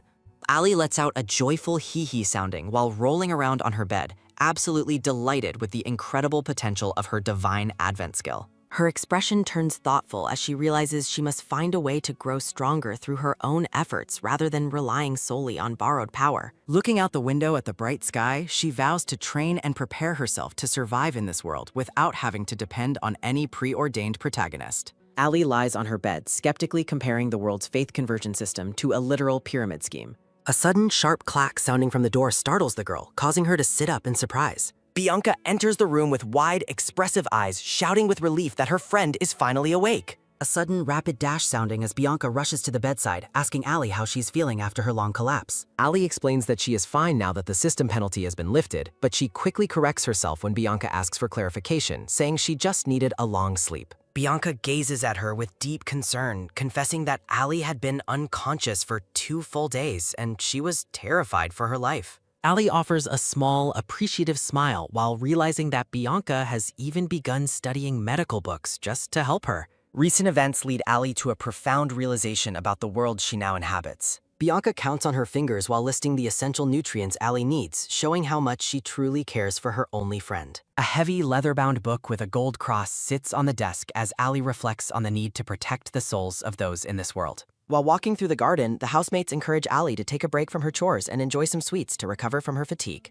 Back in bed, her brother and father playfully feed her desserts, though Ali makes a face at the bitter taste while they fuss over her recovery. Under a starry night sky, Ali ponders the idea that the people of this world possess genuine souls worth saving. Ali lies awake, wondering what will happen if the god of this world has truly abandoned its people. Bianca sits by the bed, her face set in a serious and determined expression. Bianca explains that she didn't want to make any major decisions about the dungeon while Ali was unconscious, prompting Ali to thank her and suggest they keep everything a secret. Bianca asks Ali if she plans to become a professional dungeon raider when she grows up, given her overwhelming strength. Ali makes a sour face, admitting that while it's a good way to get stronger, it sounds like an enormous amount of trouble. Bianca offers to become Allie's aide, promising to handle all the administration and support work so they can stay together even after they grow up. Allie is deeply moved, prompting a sudden, soft rub nuzzle sounding as she hugs Bianca, who calls Allie her most precious friend and savior. A sudden, warm hug sounding and several happy exclamations follow as the two girls express their mutual gratitude to one another.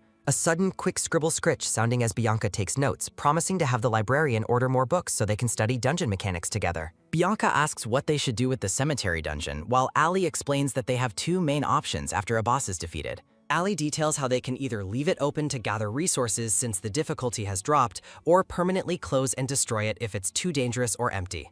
Allie thoughtfully concludes that since the library dungeon is just a graveyard full of skeletons, they should probably just close it. Allie asks if it was difficult dragging her home, but Bianca casually replies that it was fine because the skeletons helped her. Allie is stunned to learn that Bianca threatened the surviving skeletons into carrying her, realizing her friend is much tougher than she appears. A sudden, bright realization flashes in Allie's green eyes as she remembers one of her rewards. Allie turns with a quick rummage sounding and fumble sounding, searching her things while Bianca watches with confusion.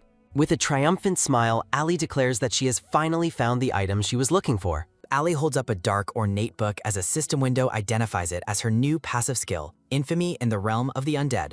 Allie stares at the skill book with a wide, excited grin, thrilled that she now possesses the power to inspire infamy and fear among the dead. Allie tells Bianca to come along while the black-haired girl looks on in confusion. Allie runs through a field of flowers, clutching a book to her chest. Two knights cheer for the blonde-haired prince, celebrating their successful return to the castle. The blonde-haired prince thanks his men, prompting a knight to ask what he wishes to do first upon their arrival. The prince declares his desire to try farming, much to the shock of his guards who warn him of the hard labor involved. He explains that he was deeply moved by the farmers they met and wishes to share his first harvest with his people. A sudden, bright beam sounding of inspiration fills the group as they witness the prince's pure heart. The knights let out a sudden, happy toss sounding as they throw the prince into the air, much to his amused annoyance. A sudden violent crack and rumble sounding herald the arrival of the demon Artemin amidst rising smoke and lava. Artemin vows to lead the terrified humans to hell as a sinister energy swirls around the group. 5 skeletons stand together in a barren wasteland with one wearing a distinct red scarf. Allie and Bianca stand triumphantly atop a hill, accompanied by a sudden dramatic dun sounding of resolve. A sudden, intense dun-sounding echoes as Allie sets her sights on the challenge ahead with a determined smirk. The skeletons begin a sudden, terrified tremble sounding and rattle sounding, feeling completely overwhelmed by Allie's presence. Bianca asks Allie how they can possibly make money in such a desolate and barren location. Allie points out the vast land, noting how a sudden, rhythmic clatter sounding of obedient skeletons will serve as her labor force. Allie reviews a system window offering a non-combat skill package, excited by the prospect of learning alchemy or farming. She resolves to start a farm to grow herbs, calculating that selling custom potions will maximize their profits. Allie calls out to the voice in her head, but only a sudden, heavy, silent sounding meets her enthusiastic inquiry. The pink-haired girl wonders if her divine guide is simply too busy to respond to her at the moment. A sudden, quiet mumble sounding of well wishes escapes her as she imagines her guide dealing with other matters. Allie lets out a sudden, energetic jolt sounding as she orders the skeletons to begin working immediately. She commands her undead minions to dig tirelessly until they find a water vein to nourish the barren soil. A sudden, steady shk sounding and clunk sounding fills the air as the skeletons complain about their lack of rest. The skeletons lament that they have simply traded one tyrant for another as Allie oversees their grueling work. The red-scarfed skeleton argues that their previous master was far worse, having forced them to kill innocent people. A grim memory shows the skeletons slaughtering an adventurer, fueling their desire to atone for their past sins. A sudden, sorrowful hic sounding and rattle sounding of bones follow as the skeletons wonder if they will ever find salvation. The skeletons begin a sudden, lazy rattle sounding as they slack off, wishing only for proper graves and names. Allie lets out a sudden, sharp hushing sound as she catches them idling, demanding they get back to work immediately. The sun begins to set, casting a warm orange glow over the dusty and barren landscape. A sudden, firm tap sounding of a shovel against the earth marks the end of a long day of labor. Allie wipes sweat from her brow, satisfied that they have accomplished enough work for one afternoon. 2 skeletons engage in a sudden, curious rattle sounding as they communicate with one another in the twilight. Allie tells the skeletons to dig 7 graves before stopping, while Bianca watches from near the new stone well. A sudden, quiet whisper sounding of bones rises as the skeletons worry that Allie intends to fill the graves herself. Allie calls the skeletons to attention, causing them to stand in a rigid and frightened row. She explains that since they sleep in graves and there are 7 of them, 7 new plots should be perfect. The skeletons are stunned by her kindness, their vision filled with the imaginary beauty of roses and starlight. One skeleton recalls being forced to share cramped graves in the past, making the idea of private plots feel like a dream. The undead minions hold their faces in joy, overwhelmed by the pink-haired girl's unexpected generosity. Allie promises that she will even provide tombstones for those who work the hardest in the fields. She vows to include their names and surround them with flowers, acknowledging that they were once ordinary people with souls. The skeletons repeat the word tombstones in a state of pure awe and disbelief. The red-scarfed skeleton is deeply moved by the thought of having his name and flowers displayed for all to see. A glowing tombstone sits among beautiful lilies as the skeletons reflect on the cruelty of their life as the undead. The skeletons stare at Allie with profound respect, realizing how much they have misjudged her character. A divine declaration appears within an ornate frame, proclaiming that the girl is indeed a true saint. Allie stands with her shovel, glowing with a magnificent divine light as flower petals drift around her. A sudden stealthy sneak sounding and step sounding of skeletons approaching causes Allie to ask if they want to be sanctified. A sudden strong lift sounding startles Allie as her skeletal laborers hoist her high into the air. Accompanied by a sudden rushing foosh sounding and toss sounding, the overjoyed skeletons celebrate Allie's kindness by throwing her toward the sky. Bianca watches with a proud smile, noting that she can deduce the skeletons are happy by their gestures and rattling movements, and observes that Allie has already formed a bond with her hired hands. Allie shouts for help, pleading for her friend to stop smiling and warning the skeletons that they might hurt their spines. A sudden sharp snap sounding echoes through the sunset as Allie points out that one of the skeletons has already dislocated a bone. The scene fades into a quiet moment of shimmering light and peaceful introspection. Time passes in a blur as 3 weeks go by while the sun shines over the developing land. Allie reflects on a book she read about dungeons, which explained that time passes much faster within their boundaries. Walking through the lush greenery, Allie explains that accelerated time means harvest seasons will arrive quicker, which is excellent for their business. Since time in the dungeon flows 3 times faster than outside, Allie calculates that they have already reached their 9th week of growth. She lets out an amazed exclamation as she witnesses the incredible results of their secret farm. The title of the story appears over a beautiful landscape where plants experience a sudden, gentle sway sounding, and water flows with a quiet trickle sounding. Allie is overwhelmed by the beauty of the flourishing fields her undead team has cultivated. The skeletons go about their tasks with a sudden, energetic rattle sounding as they tend to the thriving plants. Amidst a sudden, busy zoom sounding and clatter sounding, Allie praises the skeletons for transforming the desolate place into a truly beautiful farm. The skeletons present a large basket filled with healthy green herbs with a triumphant ta-da! Allie asks in disbelief if they've managed to harvest the herbs already, stunned by how quickly they grew. Allie is crowded by the skeletons offering their full baskets, prompting her to ask if they want her to take all of them. A sudden, dramatic dun sounding accompanies Allie as she effortlessly carries a massive tower of heavy baskets. Allie lets out a heavy oof sounding as she sets the baskets down, prompting Bianca to ask if her passive fear effect disciplined them or if they just love the farm.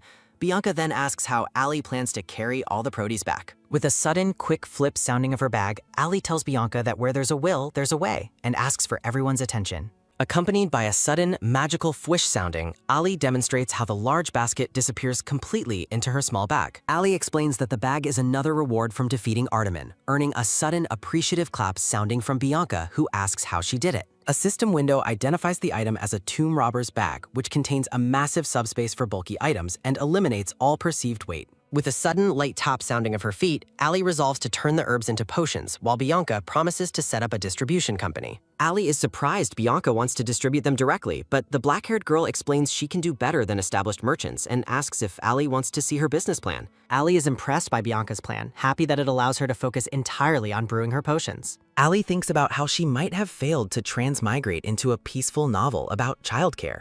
Allie celebrates the fact that becoming a rich transmigrator is still within her reach, promising to spend a lot of cash in the item shop if her divine guide is listening. A sudden, clear ding sounding of a notification gets her attention, making Allie look up in surprise. Amidst a sudden, bright flash sounding, a system window appears to check for updates that the transmigrator gods previously mentioned. Allie tells Bianca she's going to check on the farm again as she happily walks away. With a sudden, quiet whisper sounding, Allie requests the update log, watching as windows begin to flicker into view. A notification confirms that the Ultimate Library has been upgraded to save all books Allie has read or purchased. A sudden, soft swish sounding of her finger scrolling through the item shop reveals more updates for her to browse. Allie notices something unusual and pauses to think about what it could be. A sudden, loud dun sounding and heavy but dumb sounding follow as Ali discovers a genre change voucher. She wonders if this means she can use cash to change the theme of her dangerous story. Ali hopes this will finally allow her to live in a romance novel, but she lets out a sudden pained shout when she sees the astronomical price of 10 billion cash. With a sudden quick whip sounding of the window closing, Ali realizes the random result makes the item a mockery of consumers. She notices a limited-time companion growth package that offers skills and rapid growth for rookies with hidden potential. Ali searches for a hovering icon to mark a suitable target for the growth package. Ali observes that Bianca doesn't have an icon, likely because the package focuses on combat and labor rather than brainy characters. A sudden, unexpected appearance of a skeleton startles Ali as she continues her search. The skeleton startles her by offering flower tea, prompting her to thank him for the kind gesture. Ali's eyes widen in realization as she looks closely at the skeleton standing before her. Another triumphant ta-da sounding accompanies a shimmering light as a pink gem appears. A system identifies the red scarfed skeleton as Skeleton Surf number 1004. Ali spots a hovering icon confirming the skeleton possesses a hidden farming skill, suggesting he might have been a druid in a past life. Ali is stunned that the growth package works on undead creatures, concluding that the skeleton must have been a talented farmer before he died. Ali lets out a sudden, shrill cry of surprise when she sees the 3 million price tag, thinking it's a lot to spend on a skeleton.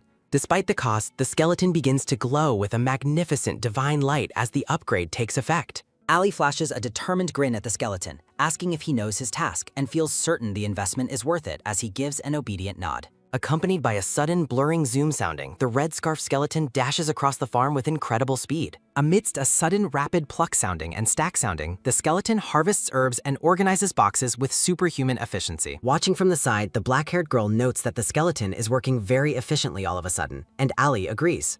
Ali reflects on how her passive fear effect ensures the skeleton's obedience and vows not to let the 3 million she invested go to waste, confident that Skeleton Surf 1004 is worth every penny. Ali continues her thought as she looks forward with a content expression.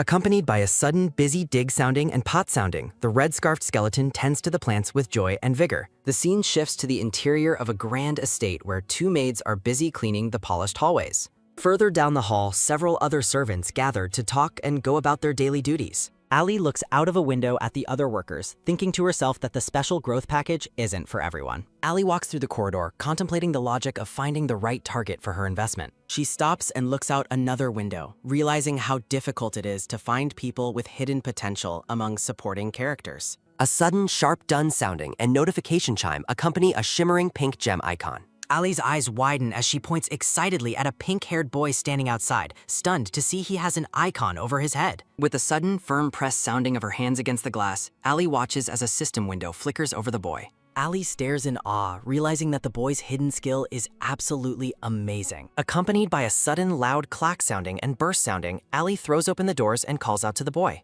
A black boot suddenly comes down with a heavy force on someone's chest. With a sudden, violent crash sounding, a black-haired boy kicks the pink-haired boy to the floor. The black-haired boy stands over his fallen victim and demands that he get up. Accompanied by a sudden, aggressive raise sounding of his wooden practice sword, the black-haired boy declares that their session isn't over yet. Ali is horrified by what she's witnessing, gasping in shock at the display of cruelty. A sudden, sharp whack sounding echoes through the room. Ali shouts out, demanding to know what is going on. Amidst a sudden, brutal wham sounding and thwack sounding, the black-haired boy continues to strike the defenseless servant with his wooden sword. Ali suddenly makes a dash sounding toward the pair, performing a quick block sounding as she shields the pink-haired boy from further harm. The black-haired boy stops and demands to know who Ali is, then pauses in confusion as he looks closer. He recognizes Ali, mockingly identifying her as the rotten tomato kid. With a sudden, dismissive shoo sounding, he tells Ali to get out of the way because he is training his sword skills. A man with a mustache sits nearby with zero interest in the conflict, stating that outsiders are not welcome in the training area. Ali is incredulous, asking how it can be considered sparring when servants are not allowed to strike back at him. She glares at the boy with a look of intense anger and determination. Ali begins to speak, her tone cold and firm. She bluntly calls his behavior what it truly is, simple assault. The black-haired boy shouts back, telling her not to be so annoying. With a sudden, arrogant smirk sounding, he asks Ali if she wants to try fighting him instead. Ali lets out a sudden, startled flinch sounding as the servant behind her begins a quick rise sounding. The pink-haired boy steps forward and positions himself protectively in front of Ali, gripping his wooden staff tightly. He looks at his attacker with a fierce and unwavering gaze. The black-haired boy falters in surprise, warning the servant not to try and act cool.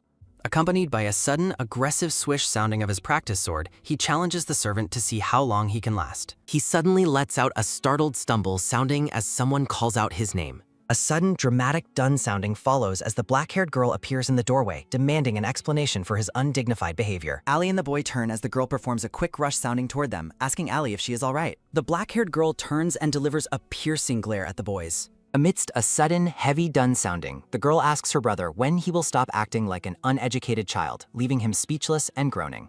Panicked, the boy performs a sudden, frantic rush sounding toward his teacher, asking him to confirm that this was just sword training. The black-haired girl turns her cold gaze to the man with the mustache, asking if inflicting violence on servants is part of his teaching methods. Allie thanks the girl as she leans in for a sudden, quiet whisper sounding, instructing Allie to take the boy and get his injuries treated. The black-haired girl warns that her mother will hear about this as Allie helps the limping boy away, leaving the others in a state of panic. Allie returns to her room and pours out a sudden, rustling scatter sounding of fresh herbs from her bag onto the desk. Accompanied by a sudden, heavy thud sounding and rattle sounding, Prinz looks toward the desk and apologizes, asking Allie if she is angry with him. Amidst a sudden, aggressive rip sounding and tear sounding, Allie clarifies that her anger is directed at the villain and tells the injured boy to stay still while she prepares a potion. With a sudden, rhythmic chop sounding of herbs being prepared, Prince watches in surprise and asks if she is making a potion instead of an ointment. Allie carefully prepares the mixture as a sudden, steady drizzle sounding fills the air. Focused on her work, Allie notes that her father has been teaching her alchemy for a long time. Allie recalls how her emotional but talented father, a former elite alchemist, lamented her lack of formal schooling despite her genius, though she assured him she was happy. A sudden, cheerful ding sounding of a system notification offers its congratulations to the young alchemist. Allie feels proud of her progress, realizing that her unique transmigrator perks are providing significant help. With a sudden, firm squeeze sounding of a cloth, Allie filters the glowing green extract into a small glass. Allie presents the finished potion and tells Prince to drink it all at once, receiving a grateful response. Prince stares at the glass and begins to hesitate and falter at the thought of drinking the medicine. Allie asks what the problem is, prompting Prince to groan about how bitter all healing potions usually taste. Allie insists that the bitterness makes the medicine effective and tries to take it back, but Prince quickly agrees to drink it. As Prince prepares to drink the bitter brew, Allie is suddenly struck by a familiar memory from her past life. Allie remembers how her brother in her previous life also despised the taste of anything bitter. She recalls her brother wishing for chocolate-flavored medicine while they sat together at a medical center during their childhood. Allie considers the possibility of making a potion that actually tastes like chocolate milk. Allie turns her attention back to the various ingredients and specialized bottles resting on her desk. Standing with confidence, Allie determines that she might actually be able to create such a flavor. With a sudden, quick snatch sounding, Allie takes the glass back from a startled Prince. Prince asks if she is truly reclaiming the potion, but Allie tells him to wait just a moment as she goes back to work. A sudden, frantic clatter and rustle follow as Allie grabs a new set of herbs. Accompanied by a sudden, heavy pound sounding and wham sounding, Allie vigorously grinds the ingredients together and mixes them with the liquid. A sudden, loud boom sounding sends a thick cloud of black smoke rising from the glass. Allie presents the now black liquid with a cheerful smile despite its murky and mysterious appearance. Prince is horrified to see the potion has turned a deathly shade of black, fearing for his safety.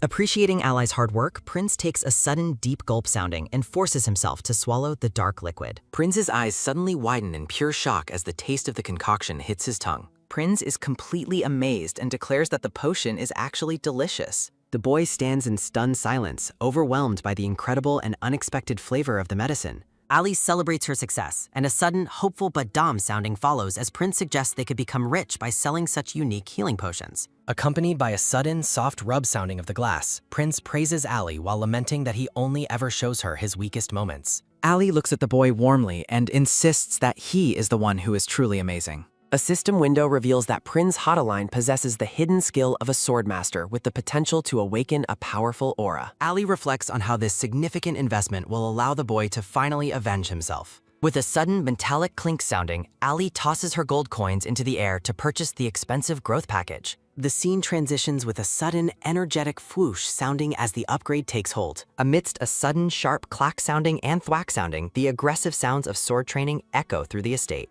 Accompanied by a sudden, heavy thud sounding, Ramdio groans in frustration after being knocked to the floor by his opponent. Ramdio lets out a sudden, loud wail sounding as he throws a tantrum, unable to understand why he cannot land a single hit. Prinz stands tall with his wooden staff, looking completely stunned by the incredible new prowess he possesses. Romdeo continues to cry out in anger while Prince rushes over to apologize for accidentally tripping the young lord. Accompanied by a sudden, loud clap sounding and applause sounding, the instructor praises Prince for his incredible and rapid improvement. The teacher offers detailed advice on stance and technique, which Prince accepts with an obedient nod. Romdeo yells in anger that he is the one who should be receiving the lessons, but the instructor remains captivated by Prince's rare talent. Romdeo seethes with jealousy, dismissing the talented boy as nothing more than a good-looking beggar. With a sudden, aggressive kick and clatter sounding, Romdeo blames his failures on the wooden practice sword he was given. A dark and calculating thought crosses Romdeo's mind as he continues to blame his equipment for his loss.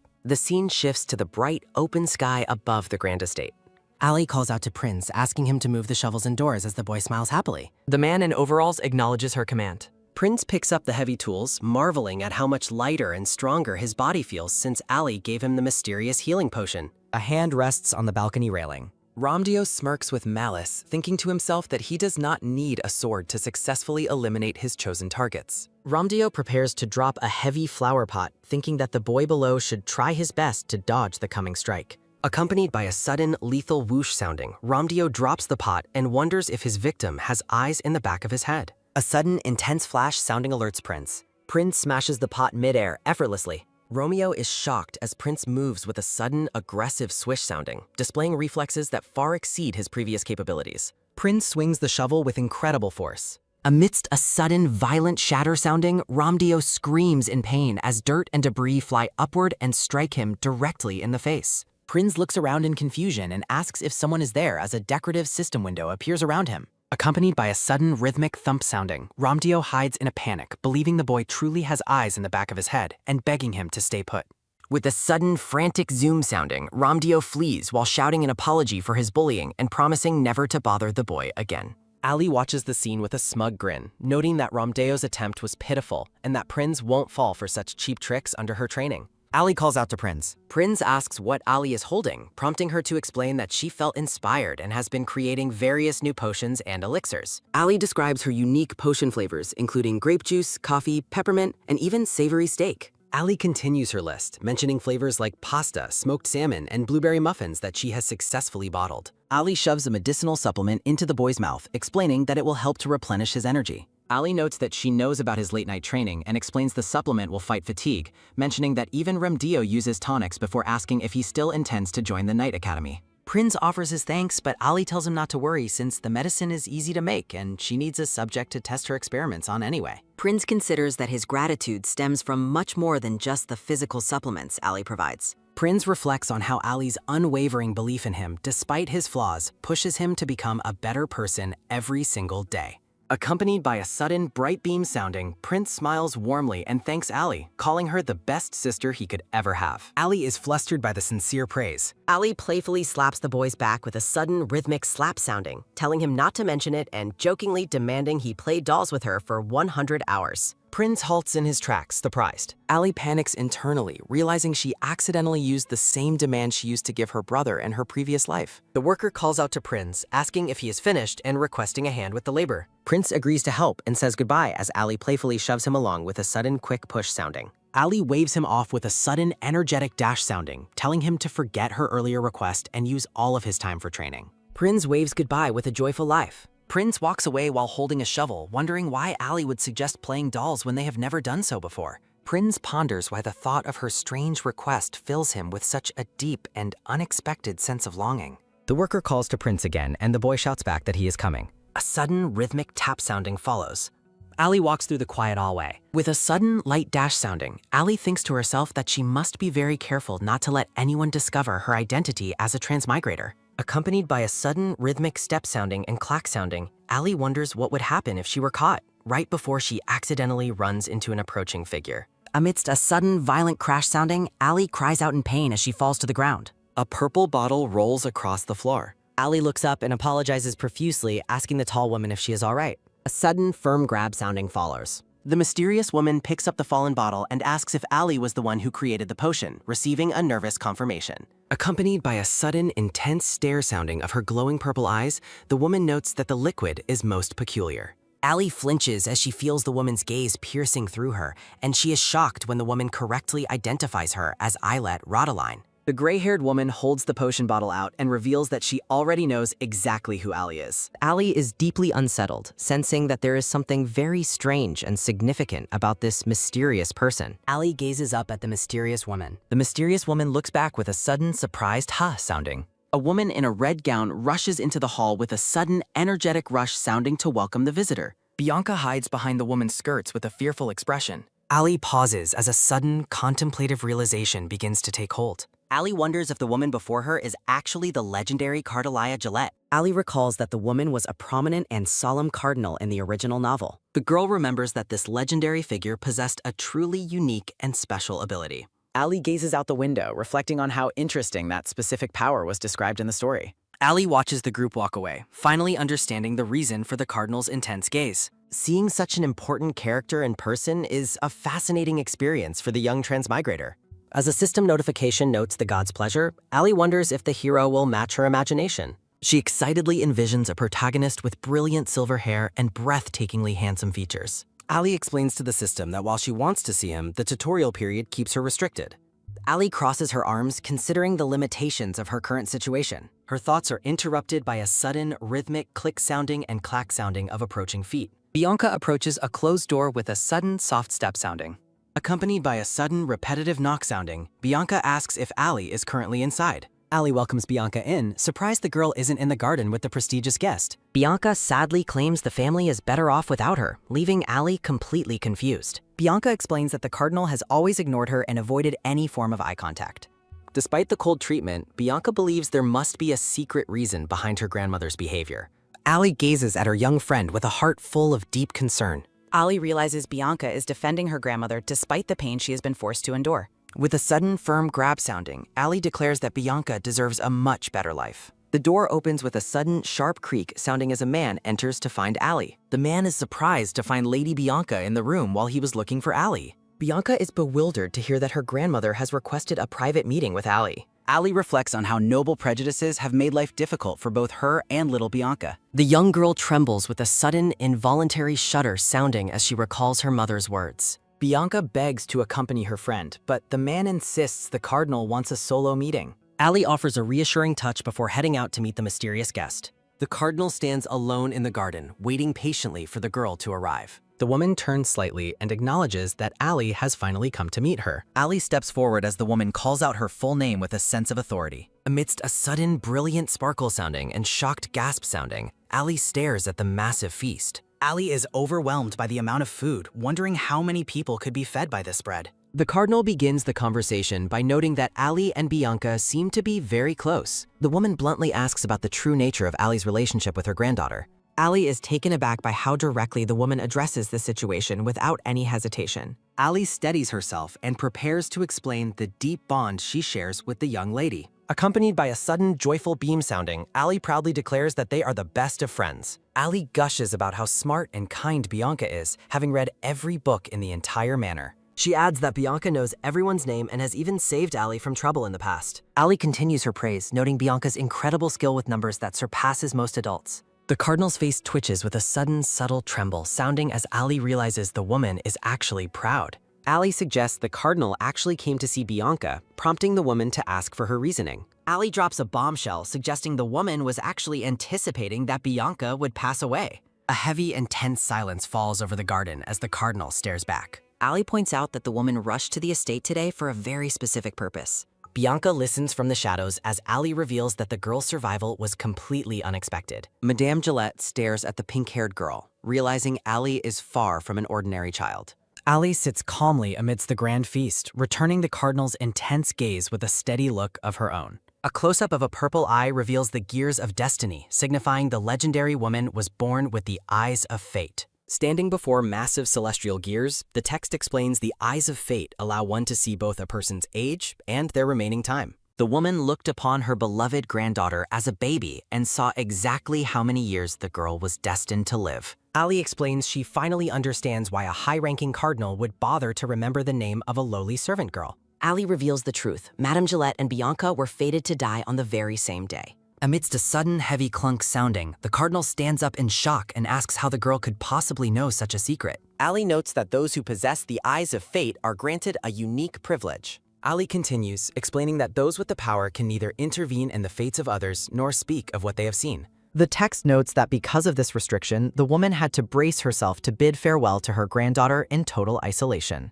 Madame Gillette looks away with a somber expression, her face etched with years of hidden grief and silence. The woman turns her back, walking away into a desolate white void of lonely resignation. Ali tells the woman that she no longer has to turn her back on Bia because the girl's lifespan has actually increased. Madame Gillette looks back with a cold sweat, demanding to know Ali's true identity. Ali remains seated, watching the cardinal with a calm and knowing expression. Accompanied by a sudden, sharp beep sounding, a system notification announces that the advocate of confidentiality has been dispatched. Amidst a sudden, intense glare sounding, a message notes a new god is watching Ali with sharp eyes while she finds his stare overwhelming. Ali looks incredibly nervous and sweaty, trying to find a way to deflect the cardinal's questioning. Madame Gillette closes her eyes and tells the girl that she doesn't actually need to explain herself. The woman reveals her glowing purple eyes, stating that she already knows the truth because she can see it. Gillette notes an unnatural number floating above Ali, realizing no human could live out that many years in a single lifetime.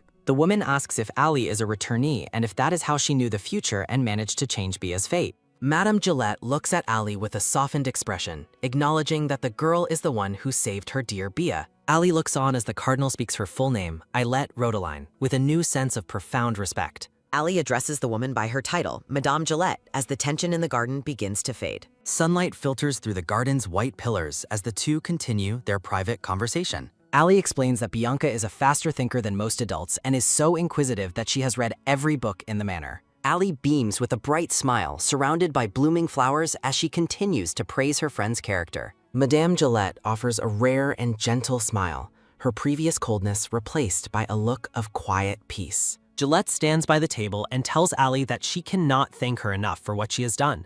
Looking at the spread of sweets, the woman admits she never should have treated her granddaughter so coldly. Madame Gillette looks away, full of regret as she realizes she should have held on to the girl's little hands. A sudden, soft rustle sounding from the bushes catches the cardinal's attention as she turns her head. Accompanied by a sudden rhythmic step sounding, Bianca emerges from the greenery and calls out to her grandmother. Madame Gillette is visibly startled, asking how long the young girl has been standing there. Ali sits back with a smug expression, thinking to herself that the mission has been a total success from the very start. Bianca asks if it's true that she was shunned all this time simply because she was destined to die young.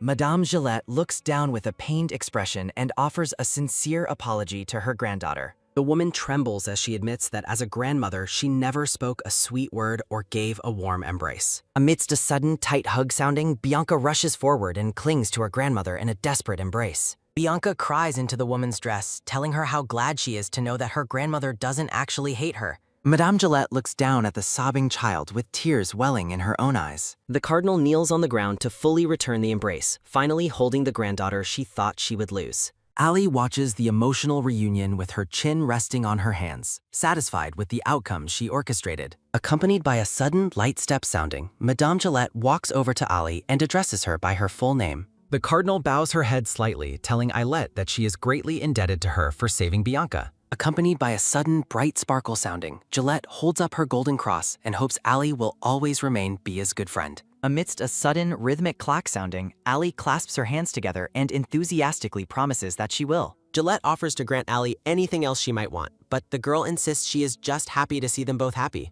Ailette experiences a sudden, sharp realization. The young girl announces she has a specific request. Ailette declares her desire to visit the Vatican. She recalls a helpful hint about leaving the tutorial area. Madame Gillette agrees to arrange the trip during the day of sacrifice. Ailette notes that a new quest is being granted through divine authority. The pink-haired girl is thrilled that her plan was successful. She reflects on finally being able to leave the manor. Ailette anticipates meeting someone who has caused her much frustration. She spots the young male protagonist sleeping behind a window. The white-haired boy rests peacefully with a somber expression. The scene transitions through a soft flurry of white blossoms. A title card announces the perks of being an S-class heroine. Madame Gillette prepares to depart the estate as servants pack belongings. The cardinal instructs Ailette to finish her goodbyes partly. Ailette stands with her father and brother to bid them farewell. Ailette's father offers overprotective traveling advice while she insists she is mature. Bianca arrives and teasingly reminds Ailette that she is still a child. Bianca expresses her regret that she cannot join the group this time. Accompanied by a sudden, soft whisper sounding, Bianca notes Ailette's excessive luggage. Eilette dismisses the observation, claiming she simply got overexcited for the trip. She privately admits that Bianca's concerns about the journey are valid. Narrative text explains the world as an S-class novel despite the tutorial's low difficulty.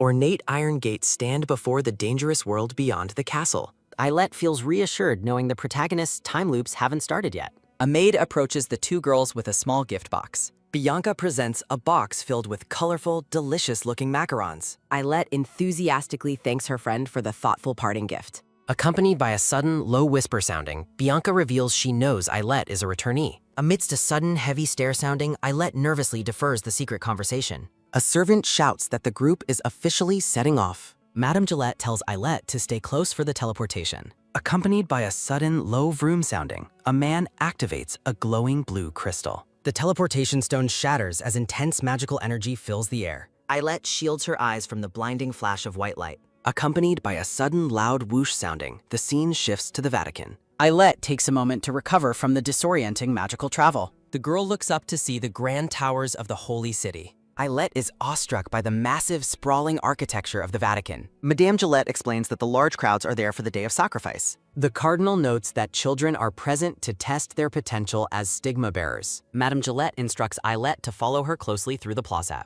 The pair walks through the bustling corridors of the grand institution. Two young apprentices in white robes discuss the high number of applicants. The black-haired boy cynically dismisses the idea of divine power awakening in children. The blonde apprentice notes that only homeless orphans remain behind.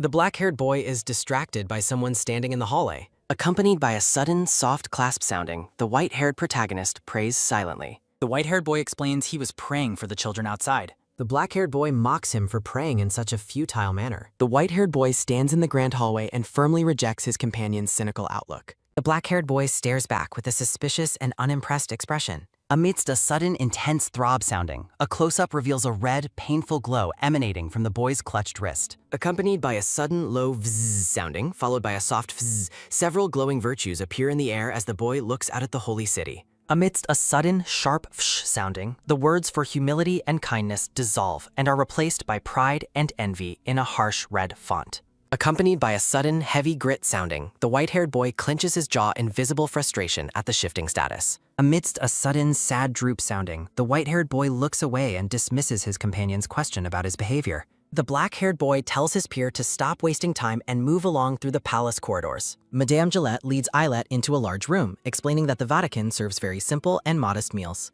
Eilette looks at a dejected child eating a meager meal and privately thinks the food looks more like poverty than modesty. Amidst a sudden rapid dash sounding, an attendant rushes forward to address Madame Gillette with high priority. Madame Gillette looks troubled by the interruption, but Eilette brightly insists that she will be perfectly fine on her own. The cardinal instructs a man named Pavel to take over the tour and show the young girl around the institution. Madame Gillette walks toward a massive, ornate wooden door to attend to her official business. Pavel stands awkwardly before Eilette as he prepares to begin the reluctant tour. Accompanied by a sudden, swift zoom sounding, Pavel points her toward a group of children and quickly disappears. Eilette realizes the man just wanted to dodge babysitting duty, but she is actually relieved to be unsupervised. Amidst a sudden, energetic dash sounding, Eilette runs off toward her own secret mission. Accompanied by a sudden, rhythmic step sounding, Eilette explores a lush garden while reflecting on the rare herbs hidden there. The pink-haired girl spots her target and cheers in triumph as she finds exactly what she was looking for. Narrative text explains that the specific plant she found will be vital for curing a future continent-wide plague. Eilette giggles with a mischievous expression, dreaming of the massive fortune she will make by selling the cure. Amidst a sudden, busy pluck sounding, Eilette begins harvesting the herbs while celebrating her profitable plan. Accompanied by a sudden, gentle top sounding, Eilette is startled by a finger touching her shoulder as she tries to hurry. Eilette turns around to find the white-haired boy kneeling on the grass right in front of her. A close-up highlights the boy's striking appearance, including his silver hair and a small smudge of dirt on his face. The two children sit in the sunlit garden, staring at each other in a moment of quiet surprise. Eilette stares in awe as she realizes she is looking directly at the male protagonist. Accompanied by a sudden light lean sounding, the boy moves closer while Eilette notes his brilliant silver hair. The boy speaks softly, his eyes shifting between blue and turquoise as he observes the young girl. Amidst a sudden soft wipe sounding, the boy uses his thumb to gently clean a smudge of dirt from Eilette's cheek. Narrative text emphasizes the boy's breathtakingly good looks as he offers a kind gesture to a stranger. The boy asks if she is a thief, while Ailette's internal dialogue confirms his identity as Tessalid Argente. Ailette is overwhelmed by sudden pressure and stress as divine messages warn her not to spoil the story for the protagonist. Ailette looks incredibly annoyed by the constant nagging of the gods while Tessalid watches her odd reaction. Tessalid looks down at his hand in silence, appearing somber and distant. The boy tells Ailette not to overreact, stating that his kindness is simply a result of his moral obligations. Ailette looks at him with a knowing gaze, fully aware of the secrets behind his peculiar personality. An infographic explains Tessalid's unique ability, where practicing virtues strengthens his power, while succumbing to sins weakens it. Tessalid looks gloomy and asks why he is the only one who must bear such restrictive burdens. Ailette reflects on the fact that the boy has already mentioned his moral obligations multiple times. Accompanied by a sudden, light scratch sounding, Ailette tries her best to act clueless and innocent. Tessalid explains he was drawn to the area by the sense of a holy relic, and he didn't expect to find her there. The boy reaches out and identifies the golden pendant hanging around the girl's neck. He reveals that the cross is actually the holy relic of Saint Agnes, a famous hero of the past. Ailette is shocked to realize that the gift Madame Gillette gave her is a priceless historical artifact. Accompanied by a sudden, thoughtful lean sounding, Tessalid studies Ailette more closely. He bluntly states that he cannot sense much divine power coming from her despite the relic she carries. Amidst a sudden, intense stare sounding, the boy asks why she has a holy relic, causing Ailette to flinch and start explaining. The two children sit together in the peaceful garden as the initial tension of their meeting begins to settle. Seeing the boy is hungry, Ailette offers him something to eat, causing him to flinch. Tessalid looks embarrassed as he explains he was just heading to the dining hall. Back in the hallway, the black-haired apprentice wonders where his companion has disappeared to. Ailette gives a bright smile while telling the boy there is no reason to feel ashamed. As the boy turns away in a blush, Ailette playfully notes how adorable his reaction is. Her attention is taken by a sudden, light extend sounding as she offers him a colorful macaron. Tessalid declines the treat, stating he is forbidden from eating such things before leaving for his group. Ailette is momentarily stunned by the boy's mention of having friends. Amidst a sudden quick spring sounding, Ailette jumps in surprise while Tessalid clarifies his intent. Ailette reflects on the original novel's tragic backstory regarding the boy's childhood. Narrative text reveals that Tessalid was the only survivor of a horrific dungeon collapse. Ailette is haunted by the realization of the suffering the boy endures every year. Tessalid notices her somber mood and asks what is troubling her in the middle of the garden. Accompanied by a sudden, low rumble sounding, the apprentices in the hallway are startled by a strange noise. A floating message warns of the arrival of the dungeon sink. Amidst a sudden, heavy quake sounding, Ailette panics as she realizes the tragic event is happening ahead of schedule. Accompanied by a sudden, loud crash sounding, the ground gives way and pulls the children into the abyss. Divine notifications fill the air as the gods argue over the timing of this sudden disaster.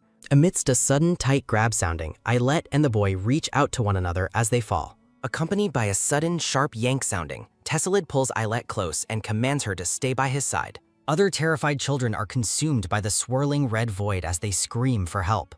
The world disappears into a sudden deep whoosh sounding as the group is transported. Ailette groans in pain while waking up in a dark, unfamiliar place. Accompanied by a sudden rhythmic chuff sounding, the girl finds herself surrounded by festive holiday decorations. Amidst a sudden heavy da-dun sounding, Ailette looks around a room filled with gifts and toys. She is filled with dread as she realizes she has been dragged into the heart of the dungeon. A notification confirms they have entered the Toy Mansion, an infamous S-Class dungeon. Accompanied by a sudden quick smack sounding followed by a soft slap, Ailette realizes she is accidentally sitting on Tessalid. A young girl in the distance wonders at the massive collection of toys filling the chamber. Tessalid shouts a warning, telling the other children not to touch anything within the dangerous mansion. Amidst a sudden low womb sounding, an ominous voice welcomes the children to their new home. A demonic figure emerges from a swirling red vortex, introducing himself to the terrified crowd. The man identifies himself as Rodrigo, the butler serving the master of the mansion. Tessalid and Ailette watch warily as the butler invites them to play and have fun. A title card announces the perks of being an S-Class heroine. Accompanied by a sudden heavy step sounding, the sinister butler approaches the group of orphans. The children watch with bated breath as the butler looms over the mountain of presents. Rodrigo puts on a friendly facade while asking the hungry children if they would like a snack. Accompanied by a sudden clear ring sounding followed by a light jingle, the butler signals for his servants. Small doll-like figures emerge with a sudden rhythmic top sounding to serve the children food. Rodrigo encourages the children to eat their fill and pick out any toys they desire. A curious boy asks if the food is safe to eat and finds the taste delicious. Tessalid frantically screams for the children to stop eating the demonic food. The boy begins to choke and cough violently after consuming the demon's offering. Amidst a sudden, heavy thud sounding, the boy collapses to the floor in agony. The child slumps over as he loses consciousness, leaving the others in a state of shock. Accompanied by a sudden light splatter sounding followed by a soft poof, the boy's body vanishes and is replaced by a bunny plushie. Eyelet stares in horror at the small stuffed toy that was just a living child. Her attention is taken by a sudden, sharp ding sounding as a system window appears above her. The status effect window explains that dying souls in this mansion are transformed into plushies to be harvested. Eyelet realizes the horrific truth about the dolls. Creepy, blood-stained dolls watch with hollow eyes. Accompanied by a sudden, heavy bam sounding, terrified children scream and bang on the locked door.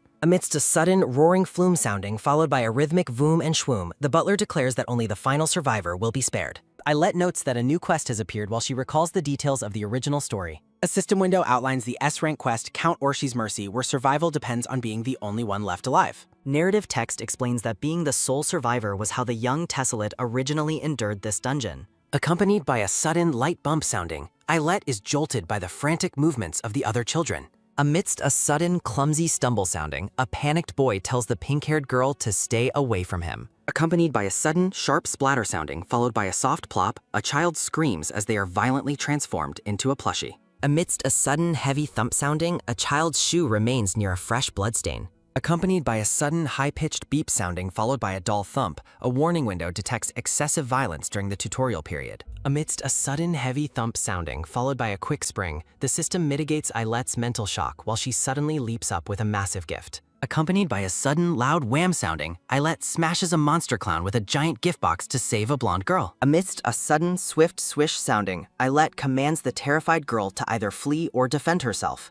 Tessellate watches the pink-haired girl's sudden intervention with wide-eyed surprise. Accompanied by a sudden, sharp jolt sounding followed by a low creak, the blonde girl cowers while other orphans try to force the doors. Amidst a sudden, chaotic burst sounding followed by a frantic rush, the children scream while running for their lives. Accompanied by a sudden, relieved woo sounding, Eyelet thanks her support system for helping her save her ultimate skill for the boss. Eyelet resolves to handle the current chaos without using her most powerful ability unless it becomes absolutely necessary. Accompanied by a sudden, sharp whoosh sounding, Eyelet screams a warning to Tessellate as a giant clown looms behind him with a scythe. Amidst a sudden, metallic clash sounding followed by a slow creak, Tessellate blocks the scythe and prepares a holy condemnation attack. Accompanied by a sudden, massive whoosh sounding, a wave of blue divine energy erupts from the boy's wooden staff. Amidst a sudden, quick dash sounding, Eyelet sighs in relief while Tessellate asks how she managed to know his name. Eyelet tries to offer a logical explanation for her warning, but the boy quickly dismisses her excuses. Tessellate stands in silent contemplation after finishing the battle.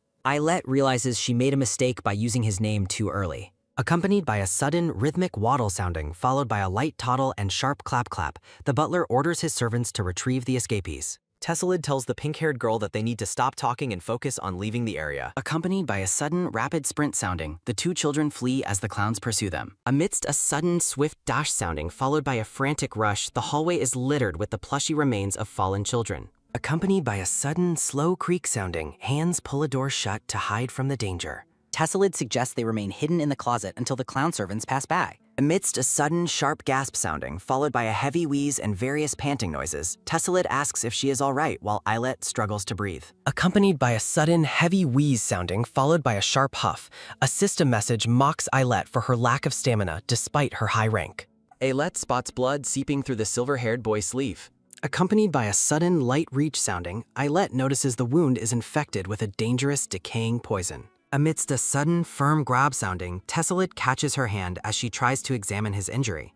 Tessellate stares at the young girl with a look of intense suspicion. Eyelet complains that he is squeezing her hand so hard that she feels like a villain. A close-up highlights the boy's piercing blue eyes as he remains silent. Accompanied by a sudden, tight squeeze sounding, Tessellate demands to know her identity and how she knows his name. The two children sit close together in the dark closet, locked in a tense standoff. Accompanied by a sudden, sharp yank sounding, Eyelet pulls his arm closer and insists that his injury must be treated immediately. Amidst a sudden, light fumble sounding, followed by a quick rummage, Eyelet warns him that the poison will rot his arm if he ignores it. Accompanied by a sudden, quick raise sounding, Tessellid is baffled by her knowledge as she produces a glowing green potion. Eilette tells him to stop acting tough and drink the antidote for the decaying poison. Tessellid expresses confusion over her vast knowledge and resources, while Eilette playfully asks if he has more questions. The boy admits that he finds one specific thing very strange. Amidst a sudden, soft mumble sounding, Tessellid notes that her presence strangely does not cause his divine power to weaken. Eilette wonders if Tessellid is referring to the divine commandments that don't apply to her. Eilette recalls Tessellid mentioning his obligation to be kind and notes his use of forbidden terms. Accompanied by a sudden, light lean sounding, followed by a soft rub, Tessellid explains his divine power grows through kindness. Amidst a sudden, bright shimmer sounding, Tessellid shows the glowing holy mark on his wrist to prove his point. Accompanied by a sudden, enthusiastic wow sounding, Eilette celebrates bypassing the system as the gods argue over the fairness of her perks. Eilette reads further notifications as various gods express their support or jealousy regarding her S-class status. Amidst a sudden, intense stare sounding, the silver-haired boy demands to know the girl's true identity. Accompanied by a sudden, firm pat sounding, Eilette declares her identity is a secret she cannot share. Amidst a sudden, light push sounding, Eilette stops the boy's protest and promises to clarify one important fact. The pink-haired girl looks Tessellid in the eye and assures him she is on his side. Tessellid stands frozen in shock by her unexpected declaration of loyalty. Accompanied by a sudden, rhythmic rustle sounding, followed by a quick rummage, Eilette reaches into her bag for something helpful. Amidst a sudden, grand, abundant sounding, Eilette presents a massive feast to ensure the hungry boy is ready for battle. The young girl beams with a joyful, innocent smile. Tessellid stares in bewilderment at the literal mountain of food she just produced. Accompanied by a sudden, tight squeeze sounding, Tessellid concludes she cannot be evil because the holy relic reacts peacefully to her. Amidst a sudden, heavy push sounding, Eilette prepares to leave, while the boy finally asks for her name. She introduces herself as Eilette Rodolin and invites him to use her first name. Accompanied by a sudden, low, awkward sounding, Tessellid begins eating and shyly thanks her for the provisions. Eilette finds the boy's sudden shyness incredibly cute and adorable. Accompanied by a sudden, slow creak sounding, the girl outlines her plan to find her friends and confront the dungeon boss.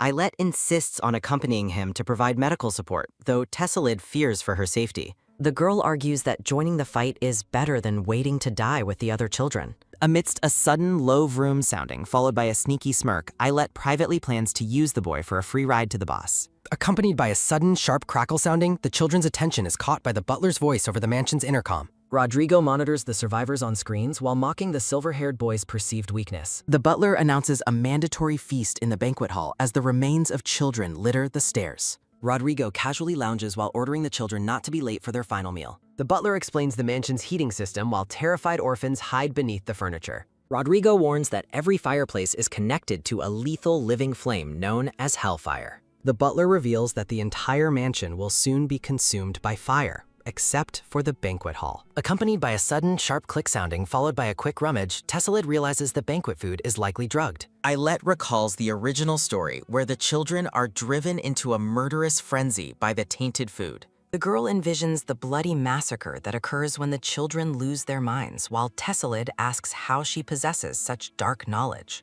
Accompanied by a sudden, swift turn sounding, Eilette dismisses the boy's questions and focuses on preventing the tragedy. Amidst a sudden, frantic shake sounding, followed by a light scatter, a pile of green plants is prepared for use. Accompanied by a sudden, wide grin sounding, Eilette excitedly invites Tessellid to go play with fire.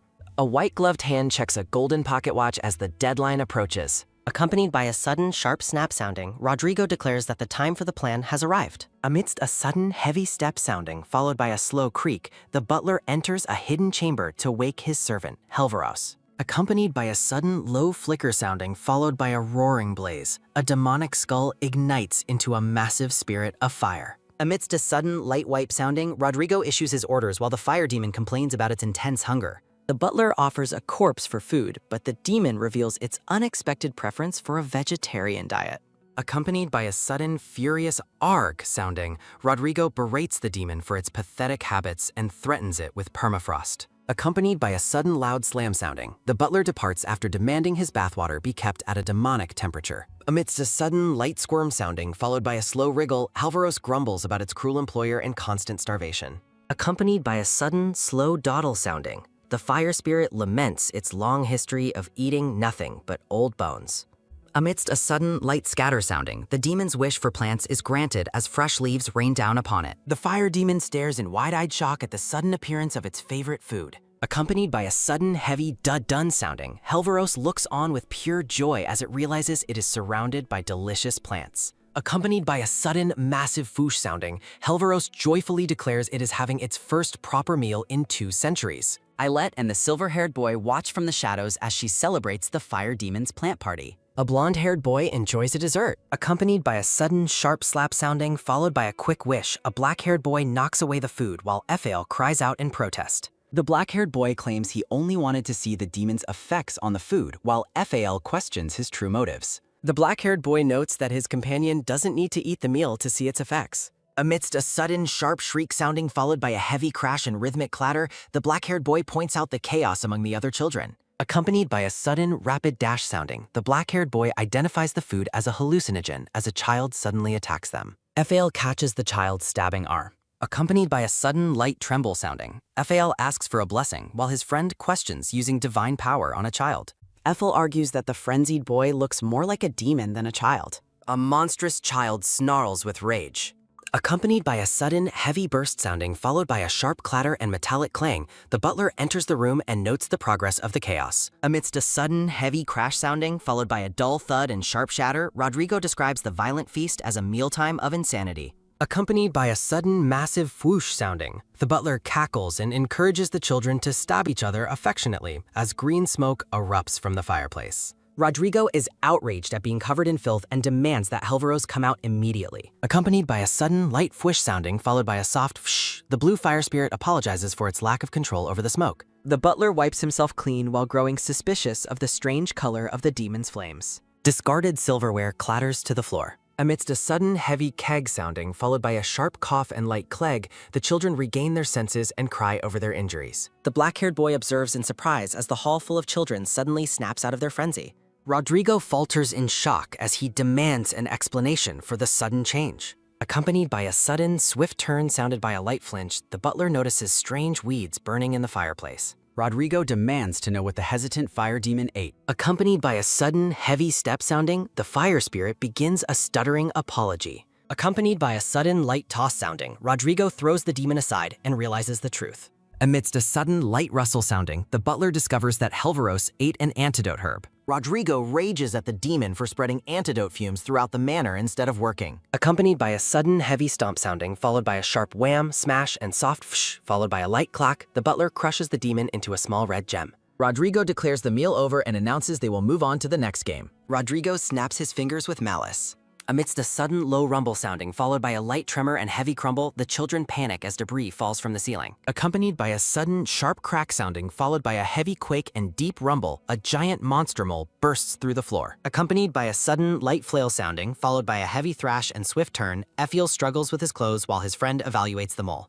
The monster mole announces that the dead man's flower is beginning to bloom. The black-haired boy expresses confusion. A sudden, loud scream rings out. Accompanied by a sudden light poof sounding, followed by an enthusiastic ta-da, sprouts begin growing out of the terrified children's heads. Rodrigo smirks and confirms that the seeds have successfully taken root and are growing. Accompanied by a sudden light sparkle sounding, the butler joyfully explains that the children will serve as nutrients for the demon realm's favorite flower. Rodrigo explains that the flower's color is determined by the vessel it grows in. Accompanied by a sudden light sparkle sounding, the butler describes the rarity of the dark violet flower. Rodrigo blushes while hoping to witness the birth of a rare violet bloom today. Amidst a sudden light babble sounding followed by a soft ramble, the mole dances while the black-haired boy watches with suspicion. The black-haired boy warns the others to stay still to slow the flower's puff. Accompanied by a sudden light flail sounding followed by a soft flap, the black-haired boy yells at Ephael for his distracting movements. Ephael admits he swallowed some seeds as a large flower begins to bud from his head. Accompanied by a sudden, sharp yank sounding, the black-haired boy tries to pluck the flower while Ephael cries out in pain.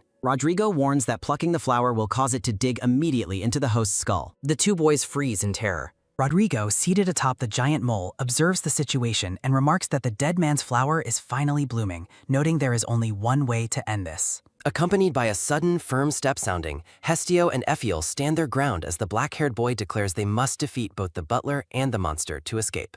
Accompanied by a sudden, wicked grin sounding, the butler mocks their resolve and insults the unsightly color of the flowers parasitic upon them.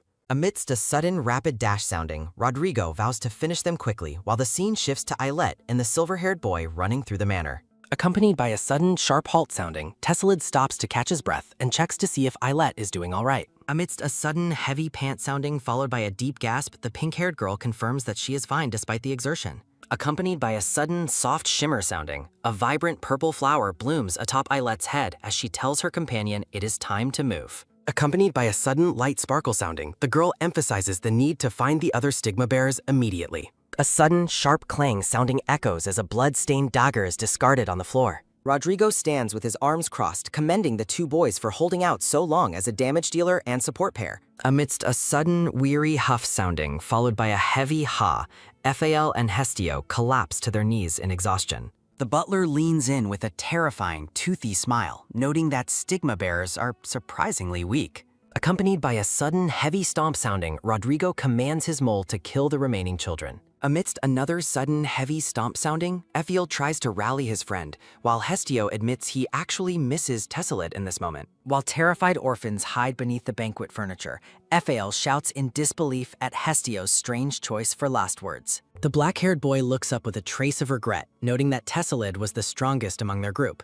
Accompanied by a sudden light whoosh sounding, the mole prepares to strike while Hestio imagines how easily the silver-haired boy would have defeated the creature. Accompanied by a sudden, tight squeeze sounding, the boy envisions Tessalid winning in the most annoying and flashy manner possible. Accompanied by a sudden, massive boom sounding, the floor beneath them erupts in a violent explosion of debris. Accompanied by a sudden, light swoosh sounding, the butler is frozen in shock by an unexpected and powerful intervention. Accompanied by a sudden, sharp slash sounding, Tessalid appears and strikes the giant mole with a powerful blow from his staff. Accompanied by a sudden, dull thud sounding, the monster collapses while the butler panics over how the silver-haired boy reached them. Ephael smiles brightly and admits to his friend that his assessment of Tessalid was correct. The silver-haired boy stands ready for further combat amidst the settling dust. Accompanied by a sudden heavy whoosh sounding, the butler rages at the insolent stigma bearer and threatens to take everything from him. Accompanied by a sudden soft step sounding, Ailette enters the chamber and calls out to her friend.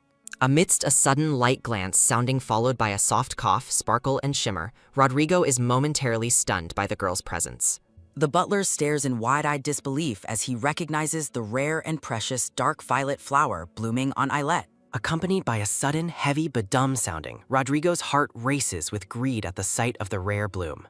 Amidst a sudden, light slap sounding followed by a quick smack, the butler celebrates his luck and calculates the massive profit he could make from selling the flower. Rodrigo shifts his tone and politely asks the pink-haired girl for her name, to which she identifies herself as Ailette Rodeline. Accompanied by a sudden, light raise sounding, the butler extends an invitation and offers the girl a special proposal. Accompanied by a sudden, wide grin sounding, Rodrigo invites her to meet Count Orshi and promises her a beautiful dress if she complies. Hestio warns the girl not to listen to his tricks while Tessalid dismisses the butler's words as pure nonsense. Accompanied by a sudden, light, instant sounding, Ailette surprisingly considers the offer with an optimistic expression. Accompanied by a sudden, light step sounding, the girl ignores Hestio's protests and agrees to go, but only if the butler releases every child in the dungeon. Accompanied by a sudden, light flinch sounding, Rodrigo hesitates at the massive request to free all his prisoners. Accompanied by a sudden, bright beam sounding, Ailette's overwhelming positivity forces the butler to accept her terms. Amidst a sudden, light top sounding followed by a swift whoosh, a delighted Rodrigo begins to lead Ailette away. Accompanied by a sudden, sharp thwack sounding, Tessalid strikes the butler's feet to halt the procession. Accompanied by a sudden, sharp yank sounding, the silver-haired boy pulls Ailette back toward safety. Accompanied by a sudden, heavy step sounding, Tessalid positions himself protectively in front of the girl. Ailette looks up at her friend with a surprised and admiring expression. Accompanied by a sudden, light sweat sounding, the girl internally grumbles that Tessalid's heroic timing is actually ruining her plan. Accompanied by a sudden, sharp pow sounding, Ailette envisions a scenario where she heroically rescues the orphans before defeating the boss herself. Accompanied by a sudden, light grit sounding, the butler's face turns pale with fury as he calls them arrogant brats. Accompanied by a sudden, massive whoosh sounding, Rodrigo dissolves into a cloud of red mist, vowing to return and kill them once he verifies the flower's value. Ailette fruitlessly calls for him to wait while a system notification informs her that her easy path to the boss has vanished. Accompanied by a sudden swift turn sounding, the silver-haired boy demands to know why she would ever try to follow the enemy. Tesselid snaps at the girl, reminding her that no one asked her to play the hero. The black-haired boy tells Eilette she isn't a saint while children hide. Hestio adds that she doesn't have a special role to play. The silver-haired boy insists there is no reason for her to sacrifice herself. A sudden light ding sounding signals a system message about an S-class transmigrator. Eilette realizes her transmigrator benefits exempt the silver-haired boy from divine penalties. She reflects that he can finally show his true emotions. Amidst a sudden soft glum sounding, Eilette feels depressed after being scolded by a child. Accompanied by a sudden, sharp, shocked sounding, Hestio and Ephael marvel at Tesselid's rare candor. Eilette throws a tantrum and apologizes for her earlier behavior. The pink-haired girl promises to behave to keep the silver-haired boy calm. Tesselid softly apologizes for losing his comber. Amidst a sudden, loud wail sounding followed by a soft sob and deep weep, orphans cry. Accompanied by a sudden, light nod sounding, the two children agree to regroup and move. Accompanied by a sudden, rapid rush sounding, Tesselid leads the group through the hallway.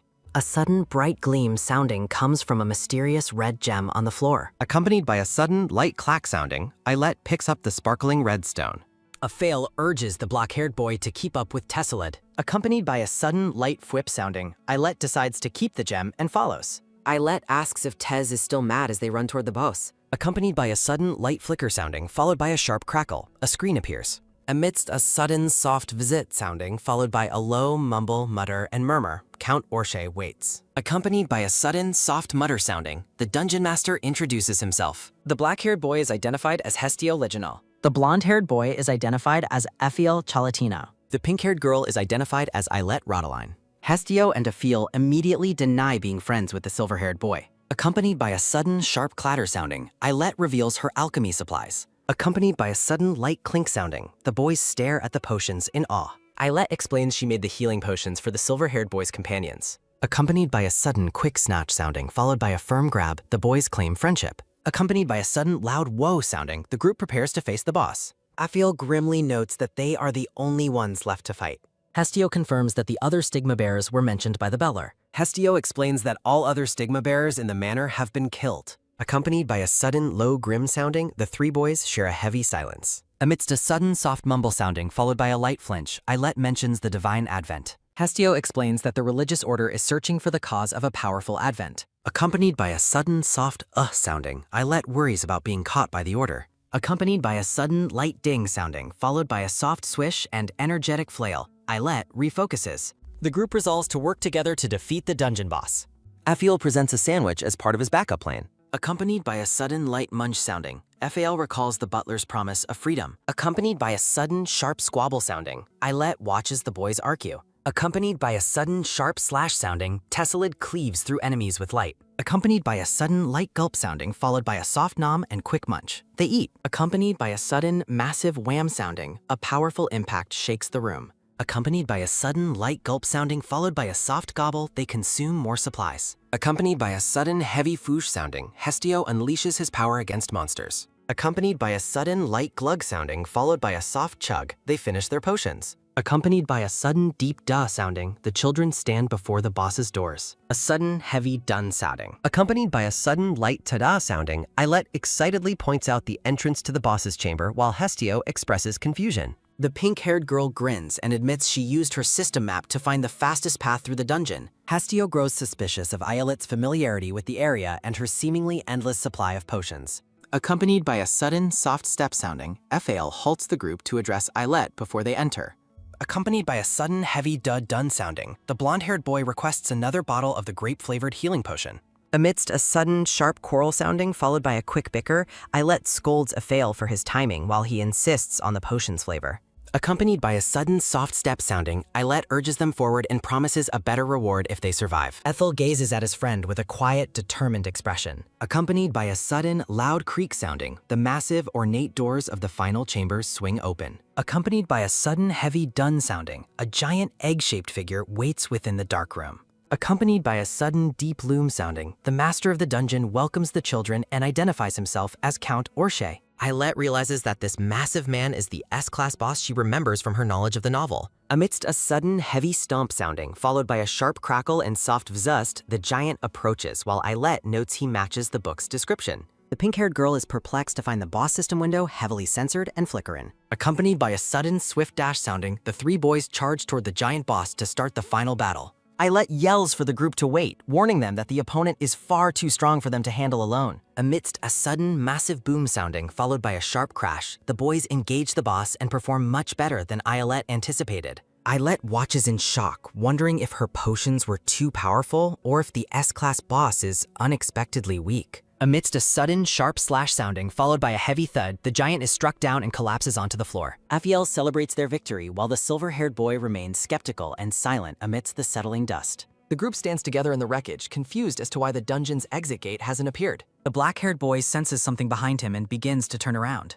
Hestiel looks back with wide eyes as a new threat reveals itself. Accompanied by a sudden, heavy shove sounding, Eyelet reacts instantly and pushes Hestiel out of the way. Accompanied by a sudden, massive boom sounding, a violent blast of purple energy strikes the spot where the boy was standing. Amidst a sudden, sharp crumble sounding, Eyelet explains she knew the enemy would target the support first and reveals the true boss is Rodrigo. Amidst a sudden, sharp crackle sounding followed by a soft vzzt, the censored system window flickers back into view. Accompanied by a sudden, bright flash sounding, the system reveals the giant was merely a gentleman's substitute for the real master. Eyelet realizes her reliance on the novel's plot blinded her to the fact that someone else controlled the exit conditions. The butler reappears in a terrifying demonic form, his white hair wild and his eyes glowing red. Amidst a sudden, heavy quake sounding followed by a deep rumble, Rodrigo repeats his demand for the girl to follow him. Accompanied by a sudden, light, shy sounding, the butler acts with mock modesty and offers to make Eyelet his fiancée. Accompanied by a sudden, light shudder sounding, the pink-haired girl is overcome with physical disgust at the proposal. A support notification appears with information for those experiencing a crisis. Accompanied by a sudden, light ding sounding, a system window berates the butler for his predatory and perverted behavior. Rodrigo ignores the insults and romanticizes the forbidden nature of a demon and a human being together. Eyelet stands in silent contempt, dismissing the demon's delusions of romance. Accompanied by a sudden, sharp crash sounding, the girl snaps at the butler for the basic failure of proposing without a ring.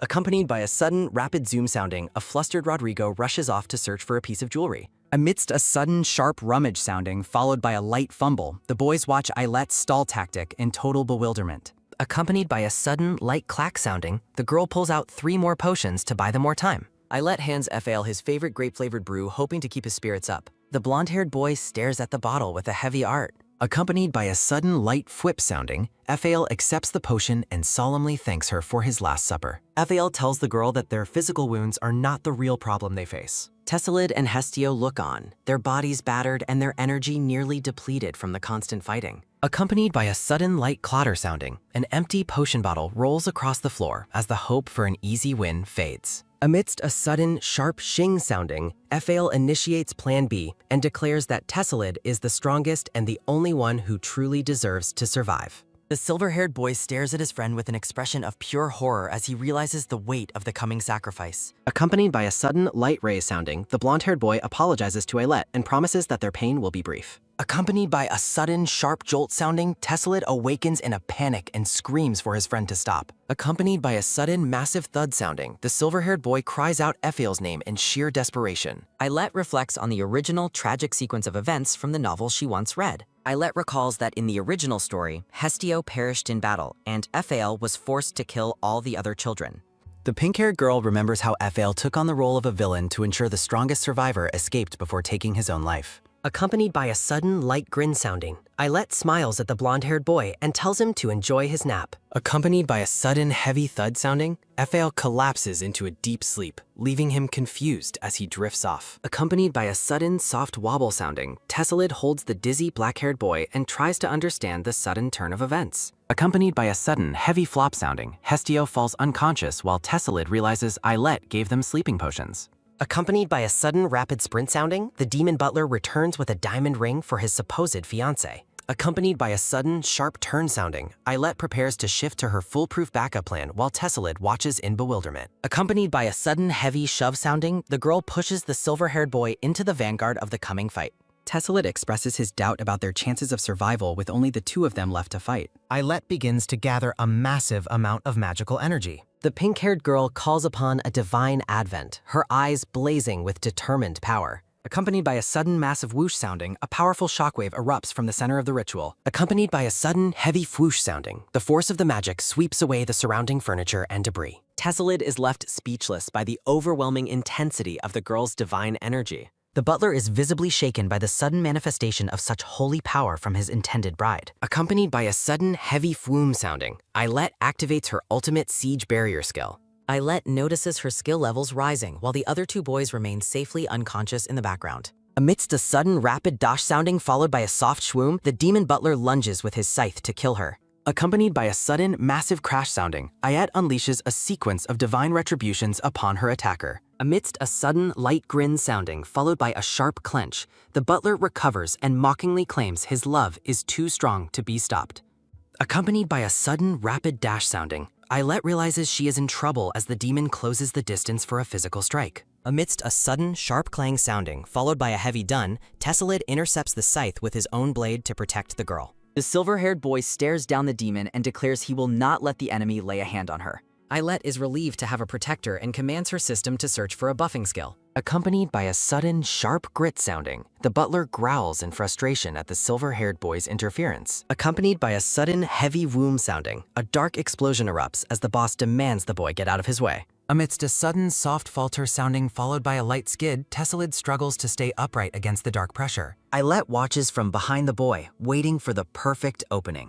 Tesselid unleashes his divine hymn skill, bathing himself in a brilliant golden light. Ailette is impressed by the raw power of the boy's ability compared to the others. Amidst a sudden, sharp clang sounding followed by a light clank, the two warriors exchange a flurry of high-speed blows. Amidst a sudden, sharp clang sounding followed by a heavy clash, Tesselid's holy sword clashes violently with the demon's weapon. The demon butler is stunned by the boy's unexpected resilience and strength. The boss is bewildered by the source and nature of the boy's newfound power. Ailette smiles confidently and announces that her preparations for the final phase are complete. Accompanied by a sudden, massive wham sounding, the butler strikes out with a powerful, sweeping attack. Accompanied by a sudden, heavy shwoom sounding, the boss identifies himself as Count Orsh and refuses to be defeated. Accompanied by a sudden, heavy whoosh sounding, glowing blue thorny vines suddenly erupt and bind the demon's body. Amidst a sudden, sharp crack sounding followed by a light kirk, Ailette exerts her omnipotence to restrain the master of the dungeon. Ailette prepares to cast a final purifying spot. The pink-haired girl raises her finger to the sky as a beacon of light forms. Accompanied by a sudden, bright flash sounding, a pillar of holy light strikes down through the demon's head. Accompanied by a sudden, heavy whoosh sounding, a massive explosion of golden energy consumes the boss. Tesselid watches in shock as the demon lets out a final, pained scream. The butler's body begins to disintegrate into light as he realizes he has been truly vanquished. Count Orsh shrieks in agony as a pillar of holy light consumes him. Accompanied by a sudden, massive boom sounding, the demonic butler is completely destroyed. Accompanied by a sudden, heavy whoosh sounding, the intense energy from the explosion clears the room. Accompanied by a sudden, light fwish sounding, the white-haired boy stands alone amidst the falling feathers. His attention is caught by a sudden, steady step sounding echoing through the wreckage. He realizes the white-haired girl is the holy figure the religious order has been searching for. Delicate white feathers drift slowly through the quiet air in the battle's aftermath. The boy directly identifies the girl as the saint. Accompanied by a sudden, sharp crack sounding, Ailette praises his performance while noting the immense power of the enemy. Accompanied by a sudden, rapid dash sounding, she rushes toward a pile of glowing dropped items. She joyfully presents 2 ornate skill books she found as loot from the boss. The boy watches her with a look of stunned, wide-eyed silence. Amidst a sudden, light nod sounding, Ailette credits her god for allowing her to manifest such power. Tesselid expresses his surprise at her words and mentions he has a favor to ask. She requests that he keep her identity and abilities a secret because she isn't ready to join an order. The boy stares back at her in deep, silent contemplation. Ailette worries that his strong sense of mission will make him refuse her request. She is genuinely shocked when he unexpectedly agrees to keep her secret. Ailette looks up at him with wide, surprised eyes. Tesselid explains that her personal happiness matters more than her status or the order. He feels slightly awkward and wonders if his response was taken as a compliment. The boy opens the first skill book to reveal pages filled with ancient, glowing runes. Accompanied by a sudden, light swoosh sounding, the knowledge from the book begins to transfer to him. A swirling aura of blue energy surrounds the boy as he successfully learns the new skill. Ailette asks him about the specific nature of the ability he gained. He reveals that his new skill is dedicated to defending his partner. The boy is pleased to explain that he can now share half of her physical pain. Ayelet is annoyed and argues that he shouldn't be happy about a skill that causes him harm. Amidst a sudden light peak sounding, she turns her attention to her own reward. The pages of her skill book radiate a brilliant, sparkling light as she opens them. She discovers her healing abilities are 5 times more effective when used specifically on Tessellite. Accompanied by a sudden light flash sounding, a more detailed description of the skill appears. The system reveals the skill was intended for the Count's fiancé and has unconventional stamina benefits. Accompanied by a sudden sharp swipe sounding, Ayelet closes the window in a red-faced huff of embarrassment. Accompanied by a sudden light sway sounding, she begins to stumble and curses the dead Count for being annoying. Amidst a sudden light wobble sounding, the girl realizes her transformation time is finally running out. She tells the boy she has one more favor to ask of him. Tessellite leans in close and asks what else she needs. Ayelet grips his white tunic firmly as her remaining strength begins to fade. Accompanied by a sudden light smile sounding, she expresses her happiness at meeting him and hopes for another encounter. The pink-haired Ayelet smiles radiantly as she finally loses consciousness. Tessellite desperately calls out her name as his own vision begins to grow hazy. A system notification informs Ayelet she is afflicted with holy fever for overextending her level. The window suggests a long period of sleep is necessary for her to recover.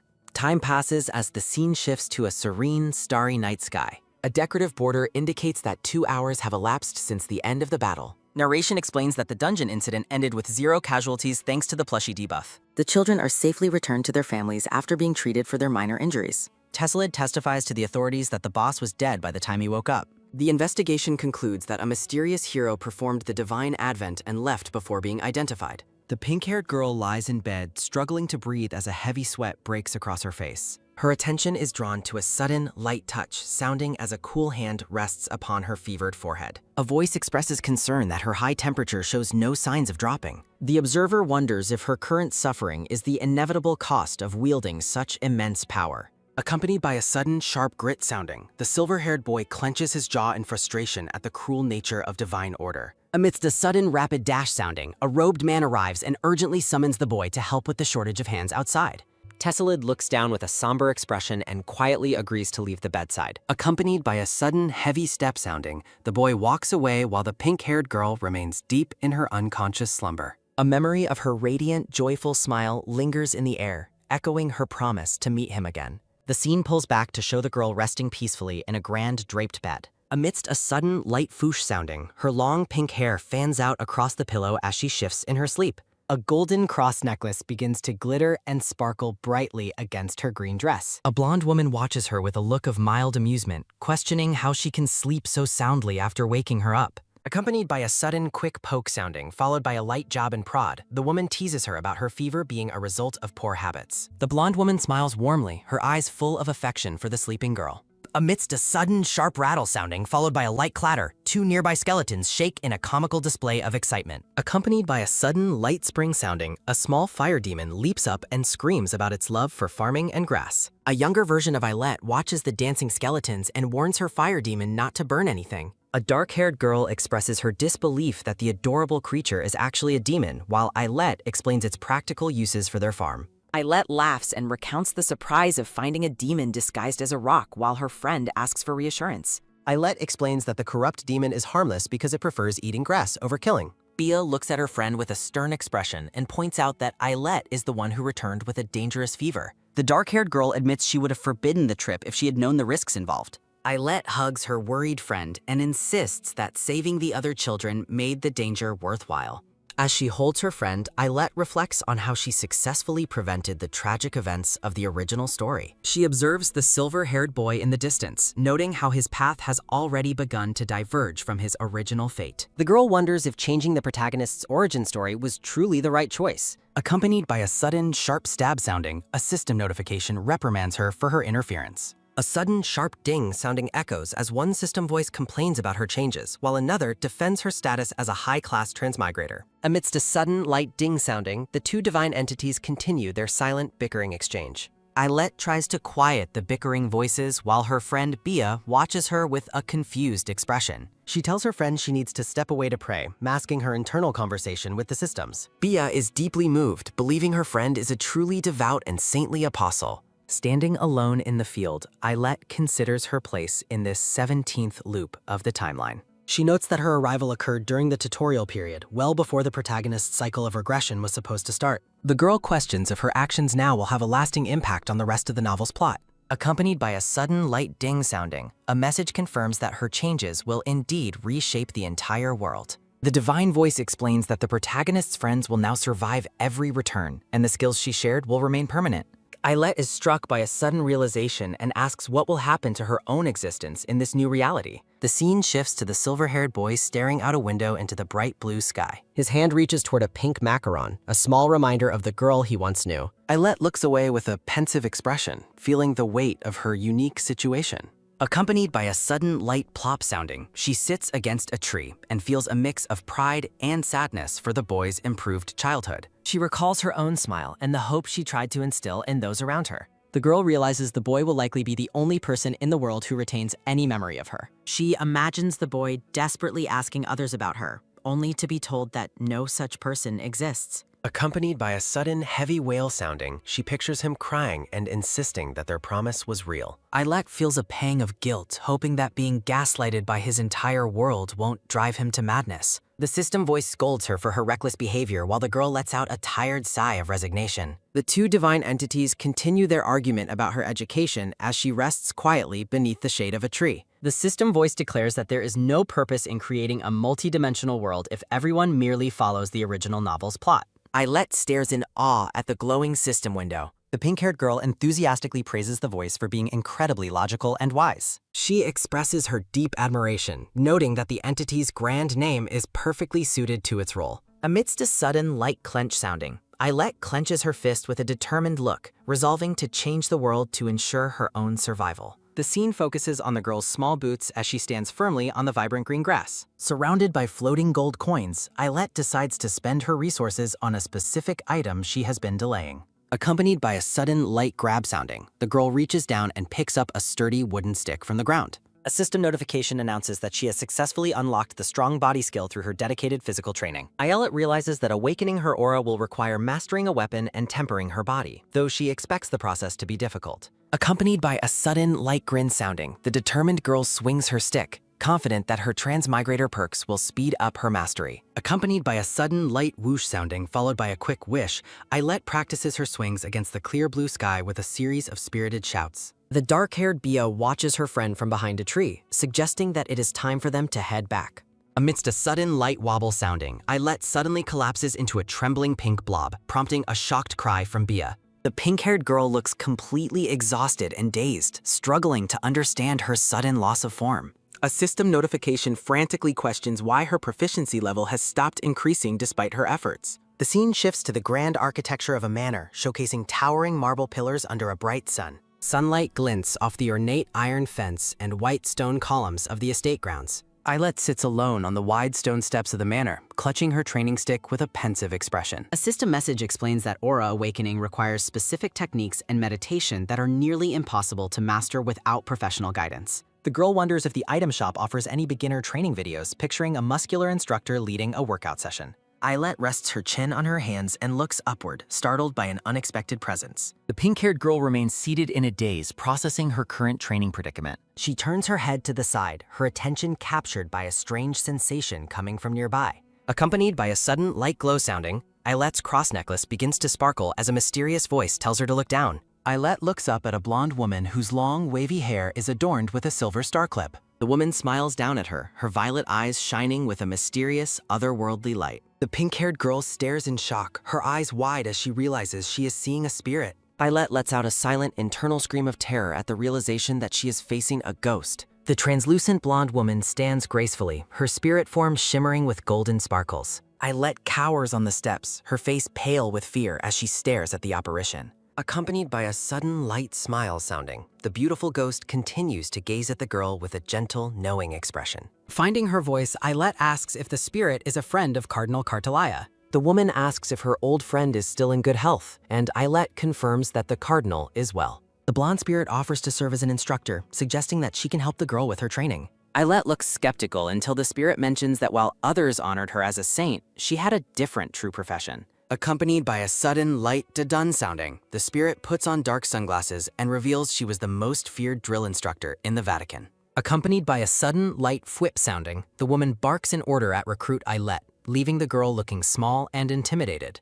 Eilette remains frozen in shock, her brain struggling to process the sudden change in the spirit's demeanor. The girl looks completely baffled, unable to reconcile the beautiful saint with a harsh military instructor. Accompanied by a sudden light dun sounding repeated for dramatic effect, the scene reveals an array of training dummies and practice swords. Amidst a sudden, light dun sounding, Eilette stands in the center of the training grounds, surprised to find such a place within the manor. Amidst a sudden light turn sounding, the instructor critiques the poorly managed state of the equipment, while Eilette looks around in wonder. A close-up reveals the spiderwebs covering the rotting wooden beams, but the girl's attempt to delay training with stretches is quickly dismissed. Accompanied by a sudden light shove sounding followed by a sharp yank, the instructor forces Eilette into action and orders her to run 20 laps. Accompanied by a sudden light dash sounding followed by a quick scurry and a heavy thud, the instructor yells at Eilette to move faster while the girl struggles through the workout. Accompanied by a sudden light caw sounding followed by a sharp squawk, blackbirds fly across the orange glow of the sunset sky.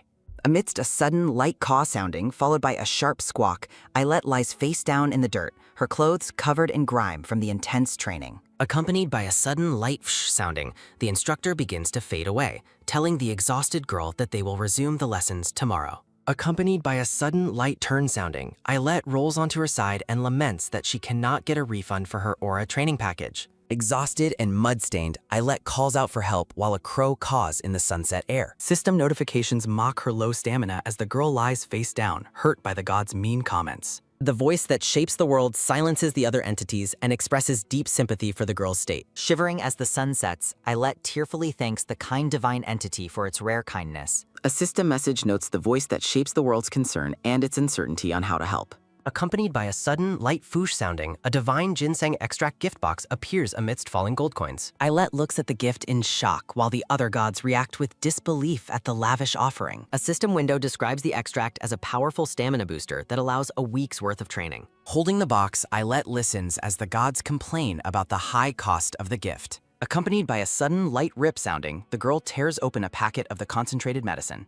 Accompanied by a sudden, deep gulp sounding, she drinks the extract to fuel her training. Accompanied by a sudden, heavy thump sounding, the girl's eyes widen as a surge of energy hits her. She feels a rush of power, granting her unlimited stamina and explosive muscle regeneration. A flurry of buffs fills the screen, promising physical recovery and the strength of a god's love. Her body feels incredibly light. Eilette calls for drill instructor Agnes while her golden cross necklace catches the leg. Accompanied by a sudden light vroom sounding, the necklace begins to glow with shimmering golden power. Lifting her sunglasses, the blonde spirit asks the girl if she was called for a new lesson. Covered in dirt but brimming with energy, Eilette declares her determination to train even more. Agnes is astonished, noting that the girl was on the brink of death just moments ago. The pink-haired girl asserts her resilience, clenching her fists with a wide, confident smile. She reflects on the expensive gift and resolves to spend every second of the next 2 hours training. Accompanied by a sudden light dash sounding, Eilette sprints off to start 20 more laps as ordered. She leaps and jumps with boundless energy, while system notifications track her rapid experience gains. Accompanied by a sudden light zoom sounding, the girl races across the training grounds with pure joy. She scurries over the obstacles with renewed vigor, while the spirit instructor watches her progress from afar.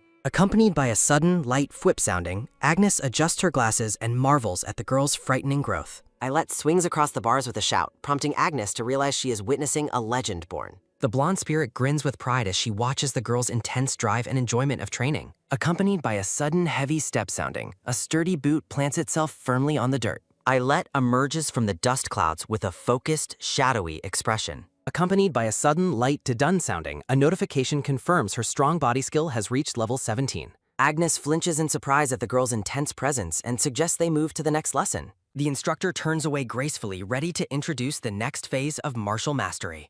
Accompanied by a sudden sharp clatter sounding, a wide assortment of practice weapons is revealed on the ground. Agnes asks her recruit if she knows the other name used for those who master aura. Accompanied by a sudden soft fsh sounding, Agnes summons a golden sword and explains the pinnacle of swordsmanship. The spirit stands with the glowing blade, detailing the status and power of true swordmasters. Accompanied by a sudden soft fsh sounding, followed by a quick shwoom and a light fwish, she poses elegantly. Accompanied by a sudden light whoosh sounding, she explains how strength scales with one skill level. Agnes focuses her gaze, describing how mastered weapons can become tougher than the strongest divine metals. Ayelet watches in awe as Agnes creates 7 spectral glowing swords in a circle behind her. Bouncing with excitement, the girl wonders if she can achieve such an incredible level of power. A message emphasizes that she must now select a specific weapon to master. Looking like an instructor from hell, Agnes warns that the path to mastery involves endless humiliation. Accompanied by a sudden deep gulp sounding, Ayelet tenses her muscles and prepares for the challenge. The girl grins to herself, noting how lucky the instructor is to have such a talented student. She draws a practice sword, confident in her transmigrator perks and the blessing of extreme growth. Agnes orders her to follow the correct form as they begin their first sword drill. Ayelet rapidly masters the sword and spear, reaching level 3 in both, while Agnes looks on in shock. Ayelet achieves bow mastery level 2, while Agnes dismisses her efforts as beginner luck. The instructor stands completely dumbfounded by the girl's rapid progress. Ayelet reaches whip mastery level 2 as Agnes promises to make the next lesson truly grueling. Accompanied by a sudden light gasp sounding, Agnes is visibly shaken by the girl's unnerving, dark determination. Accompanied by a sudden light clack sounding, Agnes adjusts her sunglasses and invites her recruit to select her primary and secondary weapons. Accompanied by a sudden light whip sounding, Ayelet firmly grips both a practice sword and a whip. Agnes looks on in astonishment at the girl's unconventional choice. Ayelet stands with unwavering resolve, ready to master the difficult combination. Ayelet reflects on the research she conducted regarding her formidable drill instructor. The narration reveals that Agnes Ozlet was a celebrated saint and a hero of the continent. She was a renowned master who famously halted a massive dungeon outbreak at the front lines. Having mastered every weapon in her teens, Agnes developed a unique and legendary style involving the whip sword. The spirit instructor maintains a stern, majestic expression. Ayelet's focused green eyes meet Agnes's gaze as the instructor asks if she truly wants to learn such a difficult technique. Ayelet shouts her enthusiastic commitment to learning the whip sword from her mentor. A faint, satisfied smile touches the instructor's lips. Agnes warns that training will now become brutal, while Ayelet accepts the challenge with a spirited cry. Accompanied by a sudden deep snore sounding, Ayelet falls into a deep sleep while clutching a sheet of paper. Accompanied by a sudden light eek sounding, the girl jolts awake when her friend Bianca calls her name. Accompanied by a sudden soft rub sounding, Ayelet wipes her eyes and laments her exhausting schedule of training and chores. Bianca acknowledges the heavy burden of Ayelet's Eris lessons and constant testing. A flashback shows Ayelet successfully organizing merchants to sell her father's Rodaline potions with Bianca's help. Leaning on her friend, Ayelet expresses her nervousness about whether the new potions will actually sell. Bianca reassures the girl that the quality of the Rodaline family's alchemical products is top tier. Ayelet cheers with renewed excitement, dreaming of making a fortune from the potion sales. She envisions using the money to purchase a special item that will let her escape the difficult survival story genre. A system window displays the genre change voucher, an incredibly expensive item priced at 10 billion cash. Accompanied by a sudden light mumble sounding, Ayelet suggests using social media influencers for promotion, leaving Bianca totally confused. The scene shifts to a tall, tiled tower under a bright, cloud-filled sky. Life continues in the bustling town where bundles of red peppers hang from the wooden rafters. Accompanied by a sudden light clink sounding, a hand reaches out to inspect a bottle of orange potion at a market stall. A local miner looks intrigued by the unfamiliar alchemical products on display. Accompanied by a sudden light dosh sounding, an elderly man runs through the street shouting that Fenrir has arrived in town. Accompanied by a sudden heavy step sounding, a massive muscular man walks through the village. Accompanied by a sudden light ca sounding, a group of men stares in awe at the newcomer's impressive physique and muscle supplement. Accompanied by a sudden deep bulge sounding, the man's chest muscles flex as he notes their excellent condition. Fenrir, a hulking man with a blonde beard, stands confidently amidst falling flower petals. The story moves to the entrance of the contaminated Crystal Cave, a dangerous C-class dungeon. Accompanied by a sudden heavy wham sounding followed by a sharp whack, miners labor away in the dark torchlit tunnels. Accompanied by a sudden heavy thud sounding, workers push wooden carts through the rocky cavern. Accompanied by a sudden sharp crack sounding, a pickaxe strikes deep into the stone. Accompanied by a sudden heavy crumble sounding, a wall of rock collapses as Fenrir watches the progress. Accompanied by a sudden light flex sounding, Fenrir admires how happy his pectoral muscles feel today. Accompanied by a sudden soft stretch sounding, he decides to placate his supposedly upset deltoids and lats. Accompanied by a sudden light whoa sounding, the other miners gaze in worship at Fenrir's perfect triangle-shaped torso. Checking a small hourglass, the large man realizes it is time for his scheduled muscle supplement. Accompanied by a sudden light clink sounding, Fenrir reaches into his pouch to retrieve a set of test tubes. Accompanied by a sudden deep gulp sounding, he tilts his head back to consume the contents of a vial. Accompanied by a sudden muffled "mmph" sounding, he grimaces at the truly horrific taste of the potion. Fenrir stares at the empty tube, vowing to endure the bitter, paralyzing taste for the sake of his gains. Accompanied by a sudden light ray sounding, Fenrir prepares to return to his labor. Accompanied by a sudden sharp swing sounding, he brings his heavy tool down. Accompanied by a sudden heavy wham sounding, the rock wall shatters completely. Accompanied by a sudden sharp thwack sounding followed by a light clang, two miners marvel at Fenrir's immense strength. Accompanied by a sudden sharp whack sounding, the younger miner admits he is only there for quick cash. Accompanied by a sudden heavy bam sounding followed by a light clang, the worker explains how Fenrir arrived suddenly. Accompanied by a sudden heavy crash sounding followed by a sharp thwack, the men complain about the terrifying noise. Accompanied by a sudden light squirm sounding followed by a sharp crack, the miners doubt any monsters remain. Accompanied by a sudden sharp crack sounding followed by a heavy boom, a massive monster bursts through. Accompanied by a sudden heavy wham sounding, the giant creature slams against the cavern floor. Accompanied by a sudden light stir sounding, the workers panic as they realize the newcomer is trapped. Fenrir tells the fallen worker not to worry about the danger. Accompanied by a sudden light to done sounding, Fenrir protectively scoops the young man into his arms. Accompanied by a sudden light grin sounding, the young man looks up in total admiration.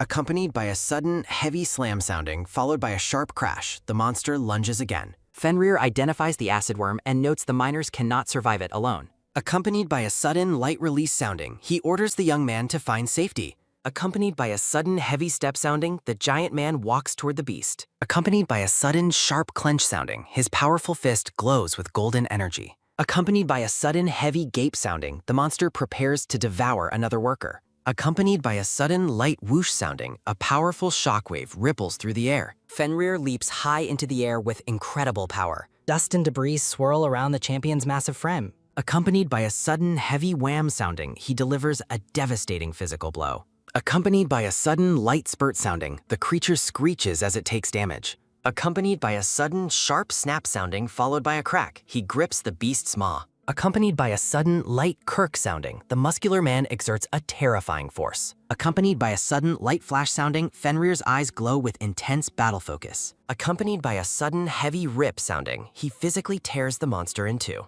Accompanied by a sudden light spurt sounding followed by a soft splatter, monster blood hits the floor. Accompanied by a sudden light cheer sounding followed by a heavy hurrah, the miners celebrate his victory.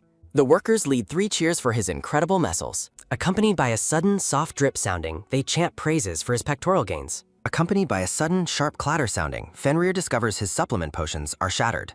Accompanied by a sudden light step sounding, he despairs over imminent muscle loss. Accompanied by a sudden light bow sounding, the young miner offers a gift of thanks. The young man insists he take it because muscle loss is unacceptable. Accompanied by a sudden light clack sounding, Fenrir accepts the potion with genuine gratitude. Accompanied by a sudden light clink sounding, he inspects the unfamiliar alchemist Rodel label. Accompanied by a sudden light gulp sounding, he drinks the contents in one go. Accompanied by a sudden light flash sounding, he is stunned by the incredible flavor. He envisions a magnificent, greasy feast of meat and burgers. Accompanied by a sudden light rays sounding, he declares the alchemist is an absolute genius. Accompanied by a sudden light murmur sounding, followed by a soft clamor and a light stir, rumors spread. The scene shifts to the bright facade of the Rodeline estate. A frantic merchant reports that their entire stock has sold out. Mr. Rodeline is shocked by the sudden, overwhelming demand for restocks. Eilette realizes their alchemical business has finally hit the big time. Accompanied by a sudden light blabber sounding, Eilette argues with unseen voices about her ideal genre. Accompanied by a sudden light ding sounding, followed by a sharp crack, a system warning appears. The brown-haired father promises Allie anything once the next batch of potions is finished. Allie looks down, whispering that it is far too late for that. Watching the brown-haired man's joy, the pink-haired girl decides her father's happiness is reward enough. Bolstered by their success, the family enthusiastically commits to a grueling production schedule. Rows of shimmering orange potion bottles. Accompanied by a sudden heavy woo sounding, the trio takes a well-earned break after their labor. The pink-haired girl reflects on the past few days spent as a dedicated team of alchemists. Looking at their inventory, Prince excitedly predicts they will soon be incredibly wealthy. The pink-haired boy asks Allie what she plans to do with her share of the fortune. Allie explains her plan to fund his education at a night academy.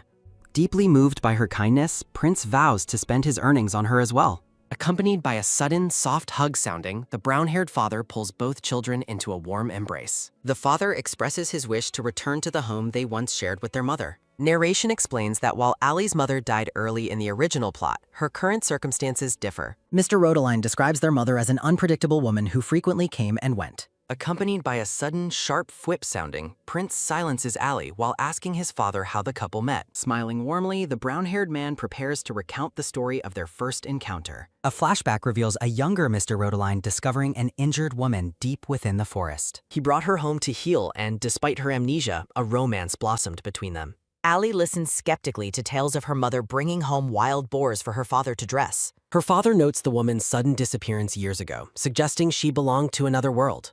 Allie asks if he harbors any resentment toward her mother for leaving them hide. Accompanied by a sudden, light kiss sounding, he expresses his deep gratitude for the children she gave him. The father maintains his belief that their mother never intended to desert her family. Prince suddenly reveals he witnessed his mother on the very night she vanished. In a memory, the pink-haired woman arms herself with farming tools to deal with intruders. She tells the young boy she is going to round up some escaped livestock and return. Allie and her father stare blankly as they process this revelation about the mother's character. Accompanied by a sudden, light spring sounding, Allie realizes her mother was likely a powerful fighter. Mr. Rodaline frets that she may have encountered serious trouble while hunting dangerous game. Allie observes her father's lingering devotion to the woman who left. The girl wonders about the nature of such a deep and lasting love. A happy memory of family life. Accompanied by a sudden, soft droop sounding, Allie laments her inability to leave the estate grounds. Accompanied by a sudden, sharp gasp sounding, a system window appears with a critic's complaint. Accompanied by a sudden, light spring sounding, Allie correctly deduces their former home's location. Accompanied by a sudden, light dash sounding, the pink-haired girl runs off to prepare for travel. Allie returns with a basket of herbs, determined to fund their journey to the duchy. Prince volunteers to help with the work so they can visit the old house together. The father looks completely stunned. Accompanied by a sudden, light glisten sounding, tears of joy well up in the father's eyes. He agrees to the first family vacation, though Allie teases him about his ulterior motives. Accompanied by a sudden, heavy step sounding, a broad-shouldered man walks through a palace hallway. Accompanied by a sudden, soft step sounding, a gray-haired aide bows respectfully to his master. Accompanied by a sudden, deep dun sounding, Grand Duke Aaron Jake Heathfenrir makes his appearance. The muscular duke complains about his missed workout while asking for an update on urgent matters. The aide reports that they have made a significant discovery. The news that a trace of his daughter has been found leaves the Duke speechless. Accompanied by a sudden, sharp jolt sounding, the Duke reacts with intense shock to the location. Accompanied by a sudden, light whip sounding, the aide presents a document detailing her proximity. Accompanied by a sudden, light tap sounding, the gray-haired aide points to the specific location where traces of her sword were discovered. Tears of hope well up in the blonde Duke's eyes as he whispers Althea's name, wondering if their reunion is finally at hand. The gray-haired aide watches his master's emotional display with a look of deep concern. Narration explains how the Duke turned to bodybuilding to cope with the deep dejection of his daughter cutting all ties. Accompanied by a sudden light turn sounding, the muscular Duke flexes his massive arms while his aide observes his excessive dedication to fitness. Accompanied by a sudden soft rustle sounding, the Duke's gloved hand grips the map as he speaks his daughter's name. Clenching the document tightly, the blonde Duke makes a solemn vow to find his lost child. Allie and Prince excitedly lead the way through the city streets while their father follows closely behind. His promise to find her echoes over a backdrop of blossoming pink flowers. A magnificent, multi-layered strawberry parfait is presented with a flourish. The pink-haired siblings stare at the towering dessert with wide eyes and open mouths. Mr. Rodaline describes the parfait as a beautiful work of art, while Allie focuses on the quality of the strawberries. While eating, the father reminisces about dating their mother at this very spot before overhearing a nearby conversation about the magic tower. Two scholars in green robes discuss Hakim Sarmatan's status as a leading authority on recovery potions who receives massive research funding. Mr. Rodaline looks down sadly as the men mock the professor's lack of recent progress. Allie watches with a serious expression as her father's fist trembles in silent reaction to the insults. The pink-haired girl's green eyes narrow with a cold and determined focus. The grand spires of the ivory tower. Allie recalls how the villainous Hakim Sarmatan stole her father's research and framed him to have him expelled from the tower. Allie reminds herself that her father is the true inventor of the potion while Prince checks on his shaken parent. Mr. Rodaline insists he is fine and tries to distract the children by mentioning their mother's intense dislike for the very dessert they are eating. Allie listens with growing curiosity to the unusual stories about her mother. The brown-haired father laughs as he recounts how their mother used to force-feed him the entire dessert despite her own distaste for it. Allie reflects on the remarkable and slightly terrifying power of her parents' love. The father becomes flustered and ends the story abruptly, promising to tell them the rest of the romantic details once they turn 15. Prinz expresses his excitement about visiting their old hut, prompting a surprised response from his father. Accompanied by a sudden, heavy dun sounding, the family arrives at the small, overgrown house they once called home. The trio stands before the abandoned structure as crows circle in the twilight sky. Allie notes the dilapidated furniture and abandoned state of the hut, comparing the messy interior to a haunted house. Accompanied by a sudden, light jolt sounding, the kids energetically volunteer to clean the small house while Allie finds a towel to start wiping. Mr. Rodeline looks on in disbelief as his children sprint inside to begin the chores. Accompanied by a sudden, heavy thud sounding, the cleaning equipment is dropped into place. The children work with superhuman speed and stamina, a direct result of Allie purchasing a special aura package for the family. Accompanied by a sudden light clack sounding, Allie runs out of the house and tells her father to take a break while they finish. Accompanied by a sudden light top sounding, Allie explores the surrounding woods, feeling as though she hasn't seen everything yet. The pink-haired girl glances back as she wonders why the quest hasn't been completed yet. A system window appears, assigning her a D-rank quest to explore the hometown where her family lived happily. Allie decides to check her system map to see if there are any hidden locations she overlooked. A look of realization crosses her face as she notices a strange anomaly on the digital map. She focuses on a large, empty area on the map that seems to be hiding something. Allie realizes the vacant plot of land is far too out of place to be a natural occurrence. The girl asks the world's governing voice if the mysterious empty area is the key to her quest. Allie peers through the dense foliage as she finally understands the secret of the terrain. Allie dashes through the forest, determined to follow the path indicated by the system. Accompanied by a sudden, light whoosh sounding, she emerges from the bushes and discovers a shimmering, moonlit body of water. Allie realizes that what looks like a lake is actually a massive crater filled with glowing water. Deep bubbles rise from the crater floor. Accompanied by a sudden, light splash sounding, the pink-haired girl hitches up her dress and steps into the water to investigate.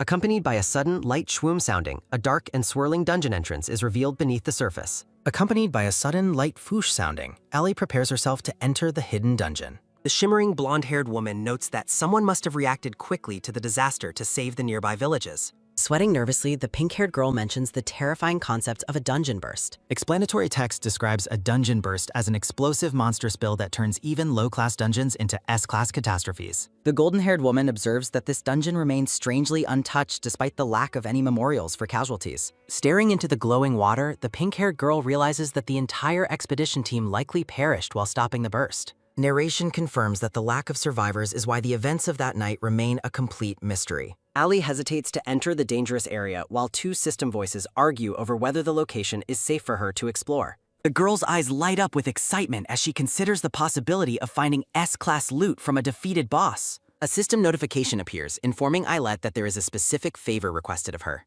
Clutching her hands to her chest, the blonde woman expresses her deep empathy for the martyrs who sacrificed themselves. The pink-haired girl realizes that Agnes herself falls into the category of those who gave everything to stop a dungeon burst. Accompanied by a sudden light splash sounding, the golden-haired woman looks back as Allie steps into the shimmering lake. Wading through the water, the girl explains her desire to pay her respects to those who died at this site. Deeply moved by the child's kindness, the blonde woman thanks Eilette with a warm and grateful expression. Accompanied by a sudden light splish and splosh sounding, narration notes that while Allie can be greedy, she possesses a heart of gold. The two companions stand before a swirling purple vortex located at the bottom of the crater. Accompanied by a sudden light leap sounding, Allie jumps into the portal while shouting about her excitement for free items. Accompanied by a sudden light swoosh sounding, the girl vanishes into the dark energy as the blonde woman watches in disbelief. Agnes reacts with comical shock to Allie's blatant focus on material gain over her earlier sentiment. Accompanied by a sudden sharp slash sounding, a blade cuts through the air with intense power. Accompanied by a sudden heavy thud sounding, Allie lands firmly on the ground with her sword held ready.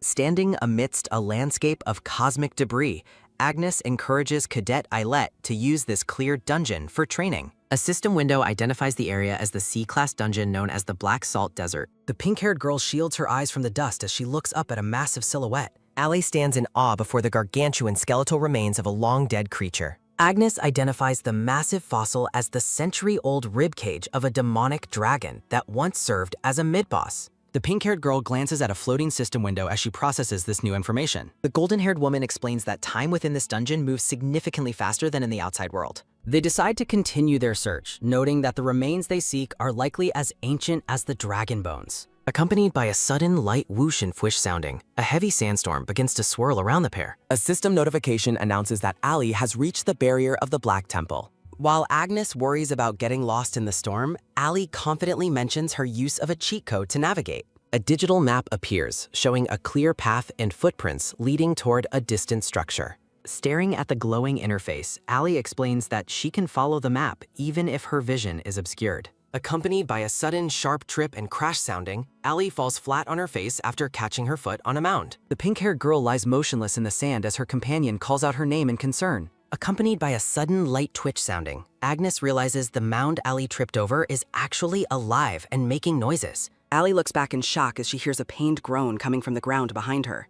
Accompanied by a sudden soft rustle sounding, Ali screams in terror upon seeing a dirt-covered face staring up at her. Agnes confirms the man is still alive as the buried figure weakly mumbles about being hungry. Accompanied by a sudden loud wail sounding, the man screams about his fear of losing muscle mass due to starvation. Both companions stare blankly, stunned by the man's bizarre preoccupation with his physique while near death. Accompanied by a sudden light rummage and rustle sounding, Agnes comments on the man's intense dedication to fitness even in his current state. Accompanied by a sudden light reach sounding, Ali offers a small piece of food to the starving man. Accompanied by a sudden light peak sounding, Agnes doubts the man has the strength left to chew. Accompanied by a sudden loud chomp, munch, and gulp sounding, the man instantly devours the food with surprising ferocity. Accompanied by a sudden heavy dun sounding, the man requests a sugar-free drink to accompany his snack. The scene shifts to reveal several empty glass bottles scattered across the dark sand. Emerging from the sand, the blonde-haired, muscular man thanks his rescuers before pausing in shock. Tears stream down the man's face as he mistakenly identifies the confused girl as his daughter, Althea. Accompanied by a sudden, heavy hug sounding and a quick oof sounding, the blonde-haired man scoops the small girl into a crushing embrace, exclaiming that he knew he would find her after searching the dungeon for 2 long months. Accompanied by a sudden light squeeze sounding, the pink-haired girl shouts for the man to wait, clarifying that her name is Alet and he has mistaken her for someone named Althea, while the golden-haired woman angrily demands that he release her cadet immediately. The muscular man looks down in confusion, beginning to realize his mistake as he asks if she really isn't Althea. As he holds the pink-haired girl at arm's length, the man reflects that his daughter would have grown into an adult by now, noting that while this child looks exactly like Althea, she is far too young. Looking dejected, the man laments that his daughter is still missing, prompting Alet to ask if he has truly been wandering this place for 2 months without any food. The man explains that he entered the dungeon because the person he seeks might be inside, but he became trapped in the relentless sandstorm and lost his way. Ali gazes up at the weary, aging face of the man and tells him not to worry. Accompanied by a sudden light grin sounding, Alet stands confidently and promises to lead him somewhere safe, telling him he can count on her. The man stares at her in silence, deeply moved by her bold offer of help. Accompanied by a sudden soft rustle sounding, the man smiles to himself as he thinks about how much the child reminds him of Althea. Accompanied by a sudden loud whoosh and wobble sounding, Ali lets out a small cry of surprise as the wind nearly knocks her off her feet. Accompanied by a sudden quick grab sounding, Ali looks up in shock as the man reaches for her. Accompanied by a sudden light lift sounding, the man places Alet on his broad shoulders, telling her that her tiny body can't handle the storm and asking her to simply point the way. Accompanied by a sudden heavy flex and loud zoom sounding, the man launches himself forward with a thunderous shout of joy. The pair becomes a tiny silhouette against a backdrop of explosive energy as they soar through the air. Thrilled by the speed, Alet cheers and comments on how strong the man must have been in his prime, though he laughingly insists that he is far from retired. Accompanied by a sudden, sharp yank sounding, Alet pulls on the man's hair to steer him left, causing him to cry out in pain and beg her to stop before she makes him go bald. Accompanied by a sudden, fast dash sounding, the girl jokingly apologizes but notes he has plenty of hair to spare, prompting the man to laugh and tell her to yank as much as she needs if she truly thinks he won't go bald. Accompanied by a sudden, repeated yank, tug, and pull sounding, Alet shouts out a series of rapid-fire directions while the man yelps in pain from the constant hair pulling. Accompanied by a sudden, heavy trudge sounding, the pair makes their way through the shifting, dark sands of the desert. Accompanied by a sudden, rhythmic trudge sounding, heavy footsteps leave deep imprints in the vast, empty dunes. Accompanied by a sudden, light da sounding, a massive, crumbling stone temple looms out of the darkness. Accompanied by a sudden, heavy dun sounding, the man stands before the grand ruins with the small girl still perched on his shoulders. Accompanied by a sudden light step sounding, they cross the threshold and begin walking across the stone floor of the structure. The man thanks the child for leading him there, but asks if she is certain she wants to enter, warning her that even with the boss dead, the area remains dangerous. Ali looks determined as she explains she has her own business to attend to, specifically collecting loot from the S-Class boss and completing her quest. The blonde-haired man looks at her with an expression of quiet respect and curiosity. Accompanied by a sudden, steady step sounding, the man agrees and suggests they enter the dark, smoking interior together. Accompanied by a sudden light ding sounding, a pink system window confirms that they have entered the boss area known as the Temple of the Black Desert. Accompanied by a sudden echoing step sounding, the two tiny figures walk between massive, ornate pillars inside the silent hall. As they walk, the man asks Eilette what brought a child like her to such a place, noting that her mother must be very worried about her. Ali nonchalantly replies that she doubts her mother is worried since she ran away from home 6 years ago, leaving the man completely stunned. Eilette explains that while her brother thinks their mother went missing while farming, she believes she simply abandoned them, telling the man not to look so apologetic because she doesn't even remember her. Turning the question around, Ali asks how the man lost his own daughter, causing him to clear his throat nervously as he prepares to answer. Eilette shouts in disbelief, wondering why everyone in this universe seems to be running away from home.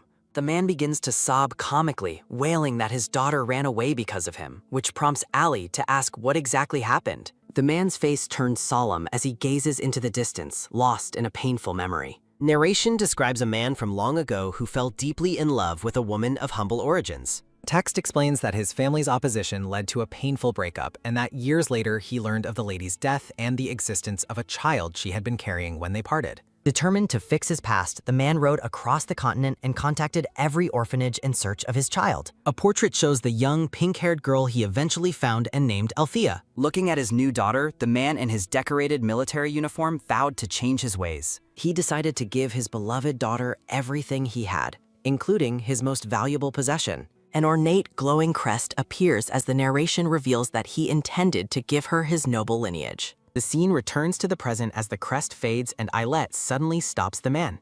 Ali shouts in total shock, asking the man if he is actually a member of the nobility. As they continue walking, Eilette frantically asks if he is a baron or a count and apologizes for pulling his hair, but he tells her it's fine and to just treat him like a normal grandpa. A flashback shows the pink-haired Althea buried under a mountain of paperwork as her father began educating her to be his heiress. Accompanied by a sudden light drop and drip sounding, a hand shakes while writing as the narration notes the family's teaching methods were incredibly strict. Althea is shown with a nosebleed from the intense pressure, struggling with the sudden transition from being a commoner to a noble heiress. Narration describes the cold and harsh man who was meant to be her father. Accompanied by a sudden rhythmic step sounding, the blonde man struggles to show affection while young Althea calls out to him. The pink-haired girl vows to become a dependable heiress to keep him safe. His face twists in silent anguish. Accompanied by a sudden, rhythmic step sounding, the father coldly demands she maintain formalities and stop calling him father. Ali is shocked by the revelation of how her mother was treated. Accompanied by a sudden, soft weep sounding, the grandfather tries to justify his actions while Ali boos his excuses. The man looks back in regret as things only grew worse. A girl named Elisa suddenly appears. Elisa claims to be the real daughter while Ali recognizes the common fantasy trope.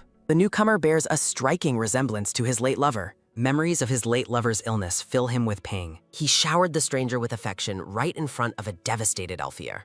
A sudden, loud shudder sounding. Elisa mockingly tells Althea she will be replaced and abandoned once the family register is updated. A sudden, heavy slam sounding. Accompanied by a sudden, quick click and clack sounding, Althea questions her father's decision to list Elisa as family. Accompanied by a sudden, heavy slam sounding and a light drip and drop sounding, he berates his crying daughter for being narrow-minded and immature. Accompanied by a sudden, soft falter sounding, she is left completely speechless by his cruelty. Accompanied by a sudden, firm clench sounding, she realizes he has already made his final decision. Althea declares she has become useless to him and mocks his concern for the family reputation. Accompanied by a sudden, joyous spring sounding, the man stands up in anger while Althea suggests he wants her dead. She decides to vanish of her own accord to spare the family from any further dishonor. Althea walks away into the distance. The man admits he was only harsh because he wanted her to be his heir. He reveals Elisa was eventually exposed as a fraudster looking for his wealth. Ali is in total disbelief over her grandfather's poor judgment.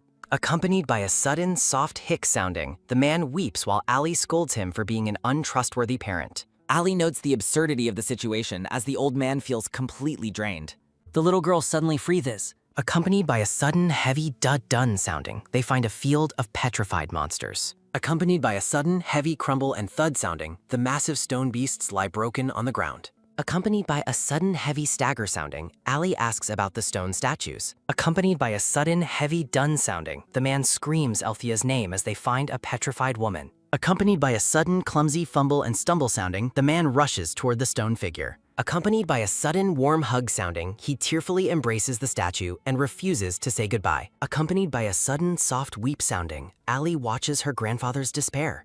Accompanied by a sudden soft sob sounding, Allie realizes this person stopped a dungeon burst alone. She notices the peculiar farm tools held by the statue. Memories of a pink-haired woman holding farm tools resurface. Allie realizes the truth of the start. Accompanied by a sudden heavy dun sounding, Allie shouts in realization that the statue is her mother. The blonde man is completely bewildered by her clean.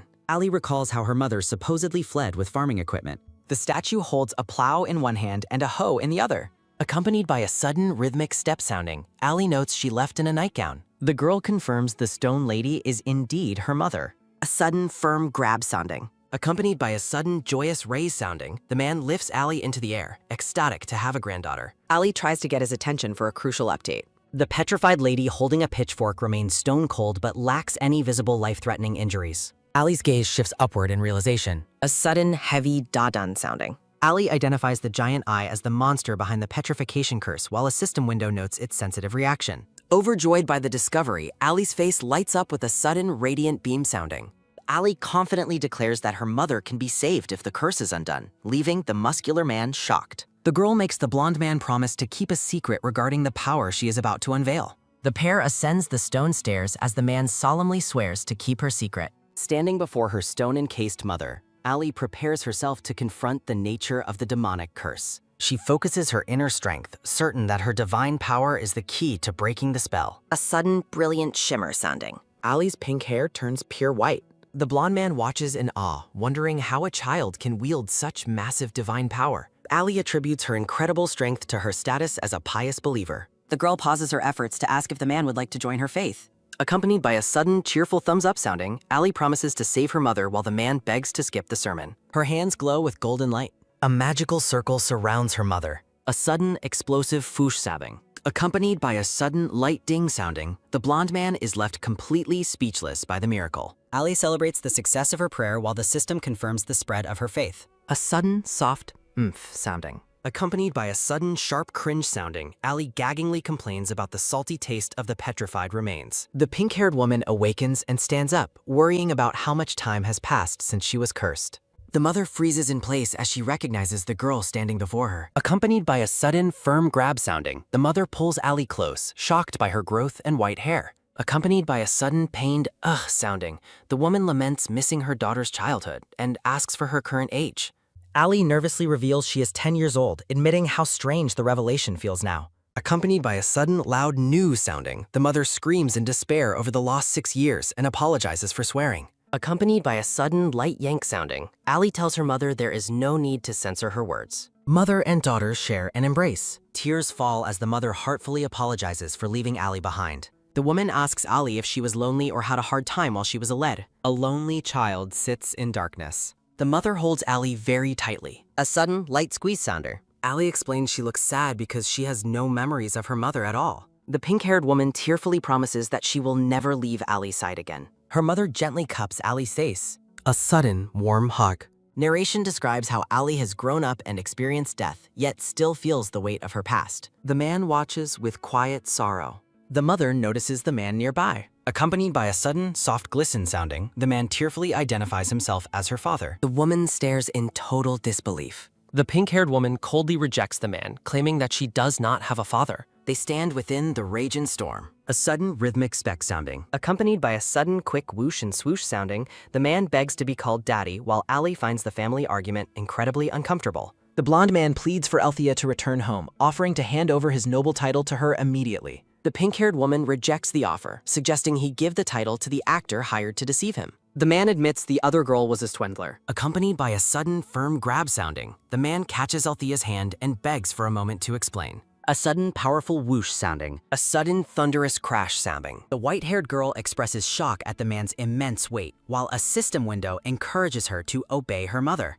accompanied by a sudden loud kirk sounding. A massive stone pillar cracks and crumbles above them. A sudden heavy crumble sounding. Althea and Ali look up in terror as a giant rock plunges toward them. A sudden deafening crash sounding. A sudden thick fsh sounding. Accompanied by a sudden heavy da-dun sounding. The muscular man uses his own body as a shield to protect his family. Althea scolds her father for his recklessness, but he insists his injuries are nothing compared to the pain he caused her. The woman stares in stunned silence. Accompanied by a sudden heavy kneel sounding, the man drops to his knees to offer a humble apology. He explains that his past cruelty was a misguided attempt to prepare her for her future as his heiress. The blonde man tearfully admits he was a failure of a father who never learned how to properly love his child.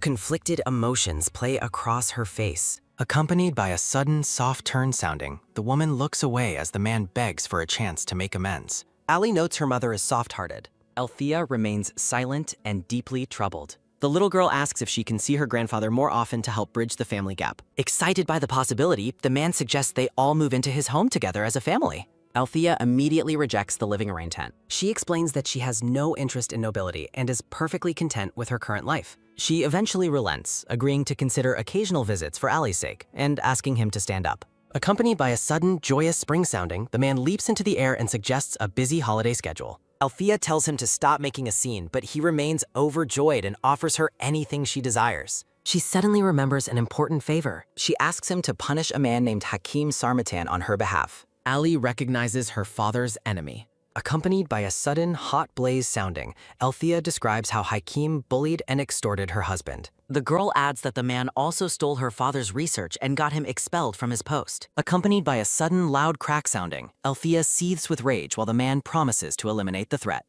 She questions his reliability, and he vows in the name of justice to punish Hakim's Satan. Althea deadpans as she corrects his mistake regarding the name of the man who wronged her family. Accompanied by a sudden, soft, puffed sounding, the woman breaks into a smile at his foolish mistake. The child sees hope for them. Father and daughter stand together peacefully. Ali suddenly remembers another crucial question. She asks for the family name, and the man claims it is a small but impressive title. He introduces himself with great pride as Aaron J. Keith Fenra. The little girl is completely stunned. The grand family name is revealed. Ali realizes he is a legendary Grand Duke and the continent's strongest man from her memories. A system window mocks her treps. Ali is ecstatic about her mobility. The man uses Ali's reaction to try and convince Althea to reconsider inheriting the family line. Ali clarifies that while the title is tempting, she will always stand by her mother's final decision. Accompanied by a sudden low droop sounding, the grandfather's spirits sink at the continued rejection. Accompanied by a sudden warm hug sounding, Ali and her mother share a tender embrace as the woman expresses how proud she is of her daughter before suddenly noticing something wrong. Accompanied by a sudden sharp jolt and wheeze sounding, the mother panics as she realizes Ali is burning up with a dangerous fever and asks why she kept her illness a secret. Accompanied by a sudden quick whip sounding, the girl stops her mother from rushing to close the dungeon and find a doctor. Ali explains that she is only suffering from a holy fever and begs her mother not to leave the dungeon before she recovers. Ali explains that she doesn't want her father or prince to worry and that time passes faster in the dungeon, while her mother panics over her high temperature and the grandfather begs her to stay awake as he suspects the fever is a penalty for her massive divine power. Ali struggles to keep her eyes open as she asks for a promise, wondering why she is sick after only using her divine power for a short time. Ali begs them to keep her secret. Her family's voices become a muffled blur. Ali decides to take a short nap. A system notification confirms that Ali is suffering from holy fever as a penalty for overextending her divine skills. The recovery process recommends sleep and sets a countdown of nearly 2 full days for the fever to break. The pink-haired girl finally wakes up.